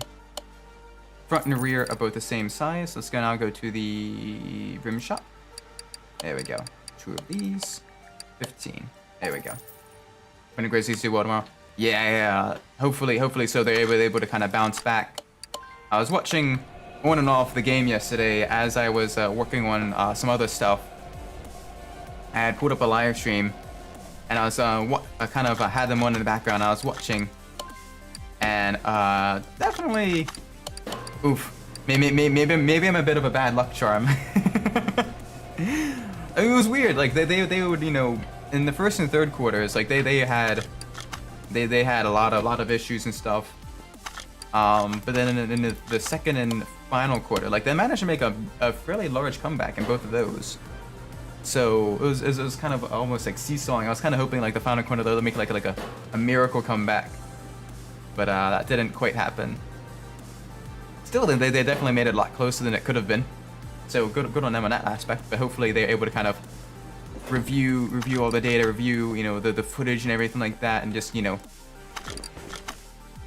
go full out next game. Okay, let's get this in here. Boop. Nice. All right, slow the vehicle down. Get oil on the engine. Yeah, that's the thing though. Basketball is a team sport. You need a lot of players to really kind of pull their weight and really do well. So been able to kind of rally around each other and kind of mesh better together as a team. But yeah. Uh-oh. The heck? Oh. Okay, sorry about that. Trying to fine-tune the moderator bots. So last thing we want is, you know, talk about drinking blood and everything, but in the same time, yeah. Basically, it's a threshold. It's basically I'm trying to remember. It's like it's 75%. Once a message has at least like 15 words, it's then it checks to see if 75% of them are capitalized. So that is the threshold I set it to.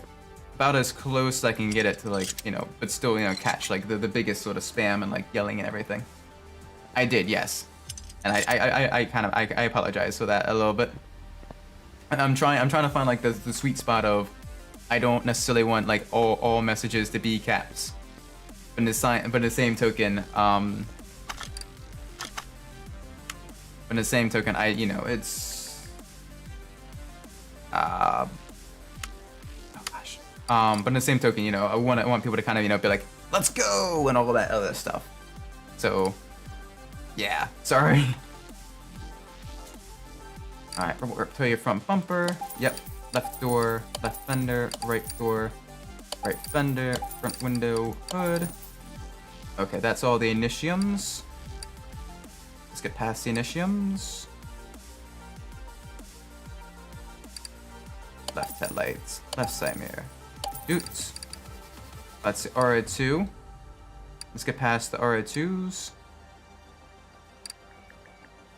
And just stop giving Brooks the ball. Yeah, just gotta have a good amount of you gotta have a good team report together. You know, you gotta really work together. You can't just rely on one person. I apologize. Sorry. It's just like I said, newer.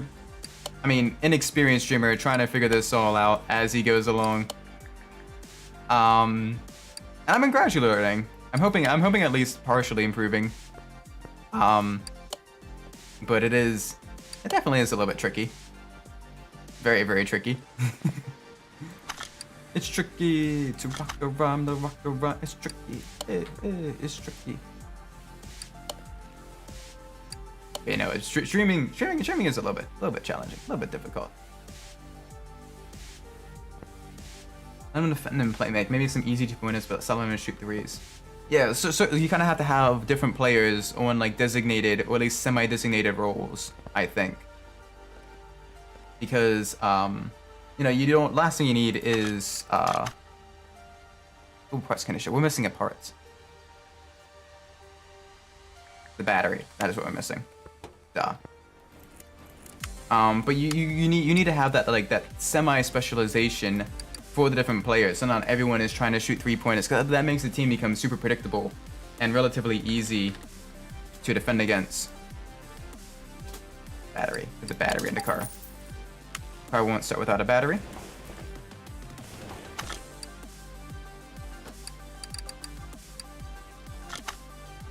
There we go. Mount the new battery in there. There we go. Perfect, perfect, perfect. And I think the coach definitely needs to kind of have a talk with him of like why he's on the team, what he can do well, and all that stuff. Because that's the thing. When I was on track and field and everything like that, like one of the guys kept wanting me to run like the sprints and everything, and I am not a sprinter. I am very slow off the line. But eventually the head coach kind of had to have to talk with him of like, no, he's a distance runner. Let him run distance. He's not good at sprints. Or like someone else kept wanting to run distance. Like one of my teammates wanted to keep running distance and everything, but he was like super quick without like any like endurance. So he kind of got swapped into as a sprinter, and he became a very good sprinter. But that's why you kind of have to know what the teams, what the players, you know, good and bad sides are. All right, we need doot, and then doot. Okay. Normal mode.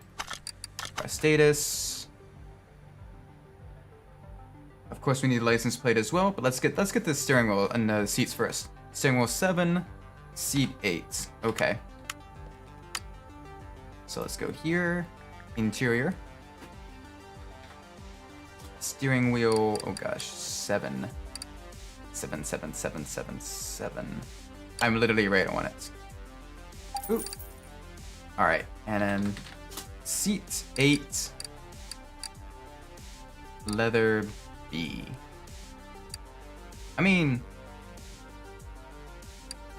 all 3 of these look really good. Actually, all 4 of them can look pretty good. So should we go with the cream? Actually, the cream actually looks half decent. And let's go with the B. The B looks pretty good too. We'll do a later blue to kind of compensate for that. There we go. Get this all nice and put in. Normal mode. There we go. Okay, now let's license plates. All right, I'm gonna be looking for a state. All right, so what state should we do for this? For the final restoration of the stream, what state or what country? I'm looking to see what we need to do. Oh, do maybe like Tennessee, or we can do like another country. To Australia. New York. All right. New York. The bright yellow. Yeah. All right. Which should we do this? Ooh.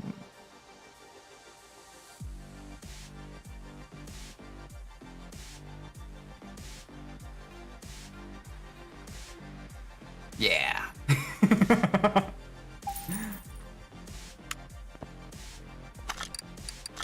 Now we can put, oh, nope. Normal mode, simple mode. There we go. Get the new plates on. Funnily enough, my wife's family is actually from New York State. I don't like how Miniclub 3 Remix and Anna took it license plate. Yeah, that was a bit of a missed opportunity. It'd be really, really cool to have like the different like Japanese style plates and everything. But I guess, you know, I mean, they did add, to their credit, they did add a massive amount. They did add a massive amount of stuff to the game and everything. But yeah, they did, I wish it definitely would have been cool to have the license plates as well. All right, let's go. Oh gosh.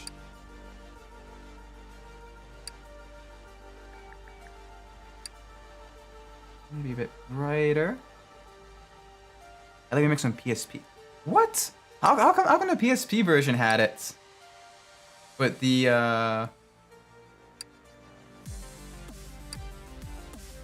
PlayStation 2 and Xbox version didn't. That's a bit silly. Rockstar, what are you doing? Alright, let's see what liveries we have available for it as well. That's a livery that exists. That's not bad, actually. I mean, different games, but still. Oh, LA Remixed. Duh. Yep, that makes so much more sense. Now let's change the camera. I like that center stripes. Ooh. That actually looks pretty good. Let's dial down the brightness just a little bit. Increase the saturation. I actually really like the tri-stripes. Yes.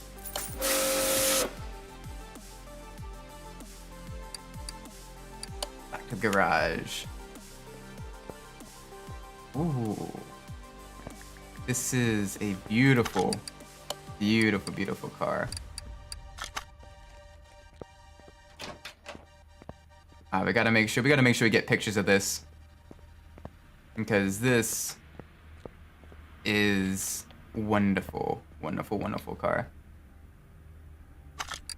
Oh, gotta look away to get into photo mode, because there's so many things on the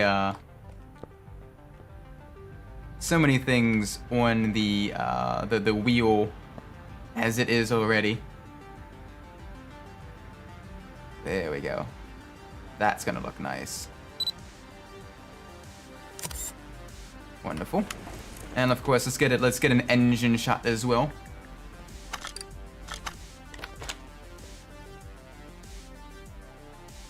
Get the camera all raised up. Zoom in.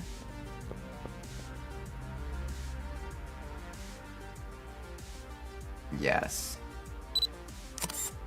Perfect. Wonderful. All right, let's take this to the speed track first. Oh, this is gonna be great. Vinyl vehicle restored. Let's do it. Oh, the sound. Red line at 5,500 RPMs. Very low red line.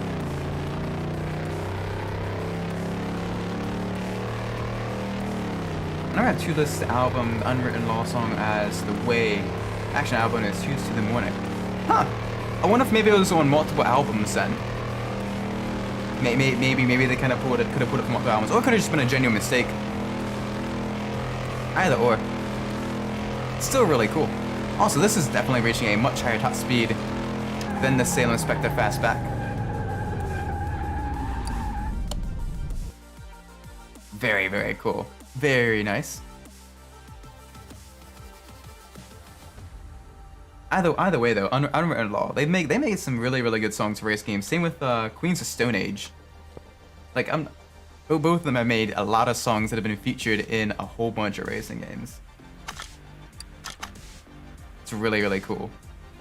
Even like multiple different developers as well. Like Queens of Stone Age have been featured in Underground 2 with In My Head. They have Go With The Flow and Juice 2. They have Little Sister in Midnight Club 3. They have The Evil Has Landed in Forza Horizon 4, I think? 3? 4? One of those two. Like they have had so many songs featured in racing games. It's almost unreal. I'm sure I'm probably missing a couple of them as well, but it's hilarious how often they pop up. Pretty sure it's 4. Yeah. Yeah, it's whatever one the Red Sun Rising Deathwish song is on as well. I think it's 4. Because while I've not played any of the Forza Horizon games, I have listened to the soundtracks a lot, and they have some good soundtracks. But this is our vehicle. Oh wait, interior condition. Interior condition? What? What are we missing? What are we missing? Whoa, whoa, whoa, whoa, whoa, whoa, whoa, whoa, whoa, whoa.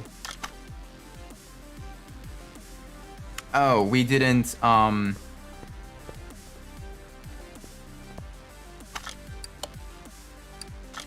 we didn't clean the interior. Duh.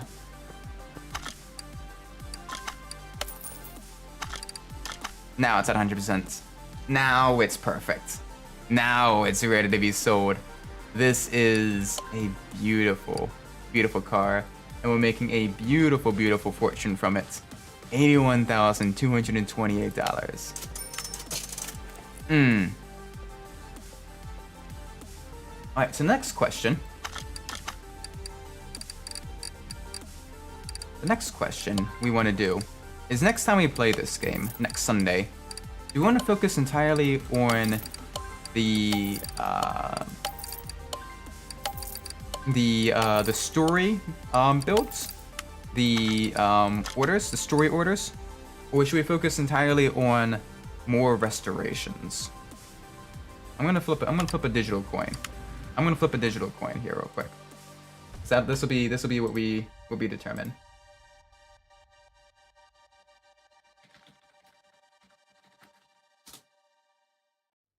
Let's get the display capture up. Alright, so if it's a 1, we'll be doing story missions. If it's a 2, we'll be doing more barn find restorations. Alright, let's see what exactly it is. More barn finds. Okay. If that's the case, then we may as well go out and get another barn find. So, I'm gonna let you guys decide. Where should we go? Should we go by the water? Like by the rivers and stuff? Should we go out kind of out in like the desert area, or out in the farmlands, or up north? Where should we go? So I want you guys to pick. I want you guys to decide what eventually our barn find will be. Hopefully it's something cool. The past couple ones have been really cool. But maybe, just maybe, there might be something else available for us as well. Can either do the water here, or like out in the farmlands, up north. Whole bunch of decisions, no matter what we pick. So many barns available to us. And as we complete more and more like story missions as well. North, okay, up north. All right, so right around like this area. All right, it's got 1, 2, 3, 4, 5, 6. Eeny, meeny, miny, mo. Catch a tiger by its toe. If he hollers, let him go. Eeny, meeny, miny, mo. This one. Alright. Let's check. Let's see. Should be fun. Regardless, so we'll be getting lots of items and stuff to sell. Make a little bit of extra money. Take the junk here. Boop boop. Oh! Yes! It's a Sakura GT20, which is based off of the 2000 GT, the Toyota 2000 GT, powered by a Yamaha tuned inline six-cylinder engine. Currently people playing Underground 2, but every time I play it, the bad stuff just me more than ever, and the good stuff impressed me more than ever. Yeah, it's one of the things you kind of gotta like look past the jank just a little bit to really kind of enjoy Underground 2.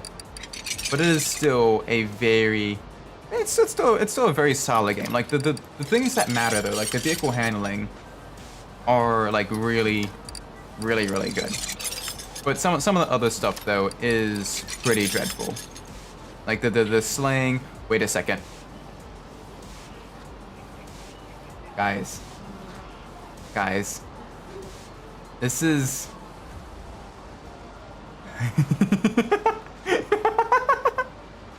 It's a Porsche 911. Oh, yes, please. Yes, please. All right, we're gonna be spending a lot of money. And so much game is better. Underground 2, Midnight Club 3. I'm imagining Midnight Club 3 probably. I mean, both of them are very solid. But I don't know. I enjoy the handling of Underground 2 more. But just the vibes of Midnight Club 3 are also just top notch. Both of them are great.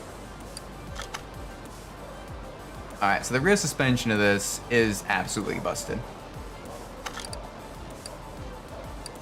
Personal preference, Midnight Club 3.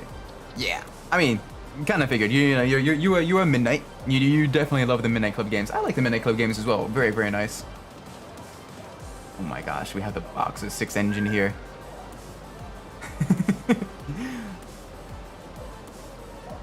That being said, that price is very high. But it is an RS America, which is like the premium version, the high performance version. Alright, parking. That's the first one. This, the Dodge Charger. We can make our Dukes of Hazzard replica here. The Dodge Charger. It's got the V8. Objectively, both games are great in their own ways and do different things better than each other. Oh, definitely. Like I said, the vehicle customization and the vibes, I think Midnight Club 3 has aged a little bit better than Underground 2. At least in terms of like overall like aesthetics and everything. But I still prefer the driving and event types of Underground 2. This one is gonna be much cheaper. There we go. Put that in the garage. And then where are you? Where is the GT20? There is so many cars here. Yeah. No swap options for any of these. But it's still gonna be great. In the garage. Oh my gosh, though, this is amazing.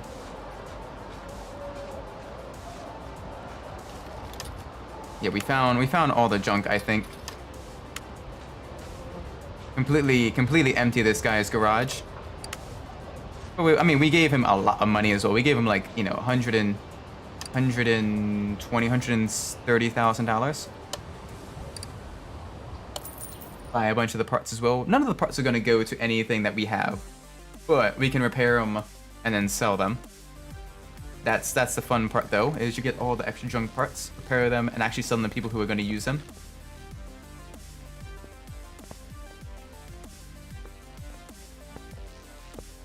Okay, hang on a sec, where is our parking?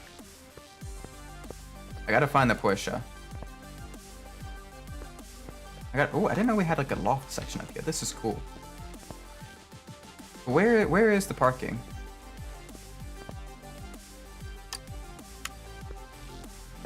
Okay, can't open that. That's the paint shop. Warehouse? Nope. Where's the parking?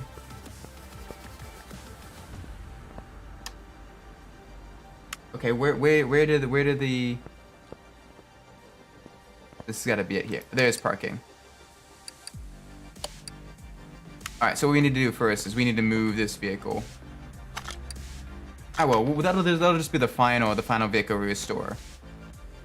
Actually, I'm gonna move this one first. That way we can get the Porsche in here as well. There we go. Look at that. Oh my gosh. We have a Porsche. This is very, very nice. Okay. Before it gets too late, because it is midnight now, I should probably be save game return to menu. Thank you all. The underground games on the GBA are genuinely good race if you can look past the graphics. Okay, I'll have to actually try them out. I'll have to get like a GBA emulator going, and try out some of that stuff. And maybe kind of dedicate like, you know, like a day of the week, just to kind of, you know, when we get to a certain point, kind of go back and do those games. That'd be kind of fun, actually. That being said, though, I am probably gonna be ending the stream here. So thank you all so much for watching. I do appreciate it. If you enjoyed the stream, do be sure to leave a like, subscribe. Let me know what I'm doing well in the comments below. If you didn't like the stream, do be sure to let me know what I'm doing poorly so I could fix it in the future. Regardless, so thank you all so much for watching. I've been Isaac Umbras, and wherever you are in the world, whatever time of day it is for you, I do hope it is a great time, and I'll see you all in the next stream. Bye bye, everyone!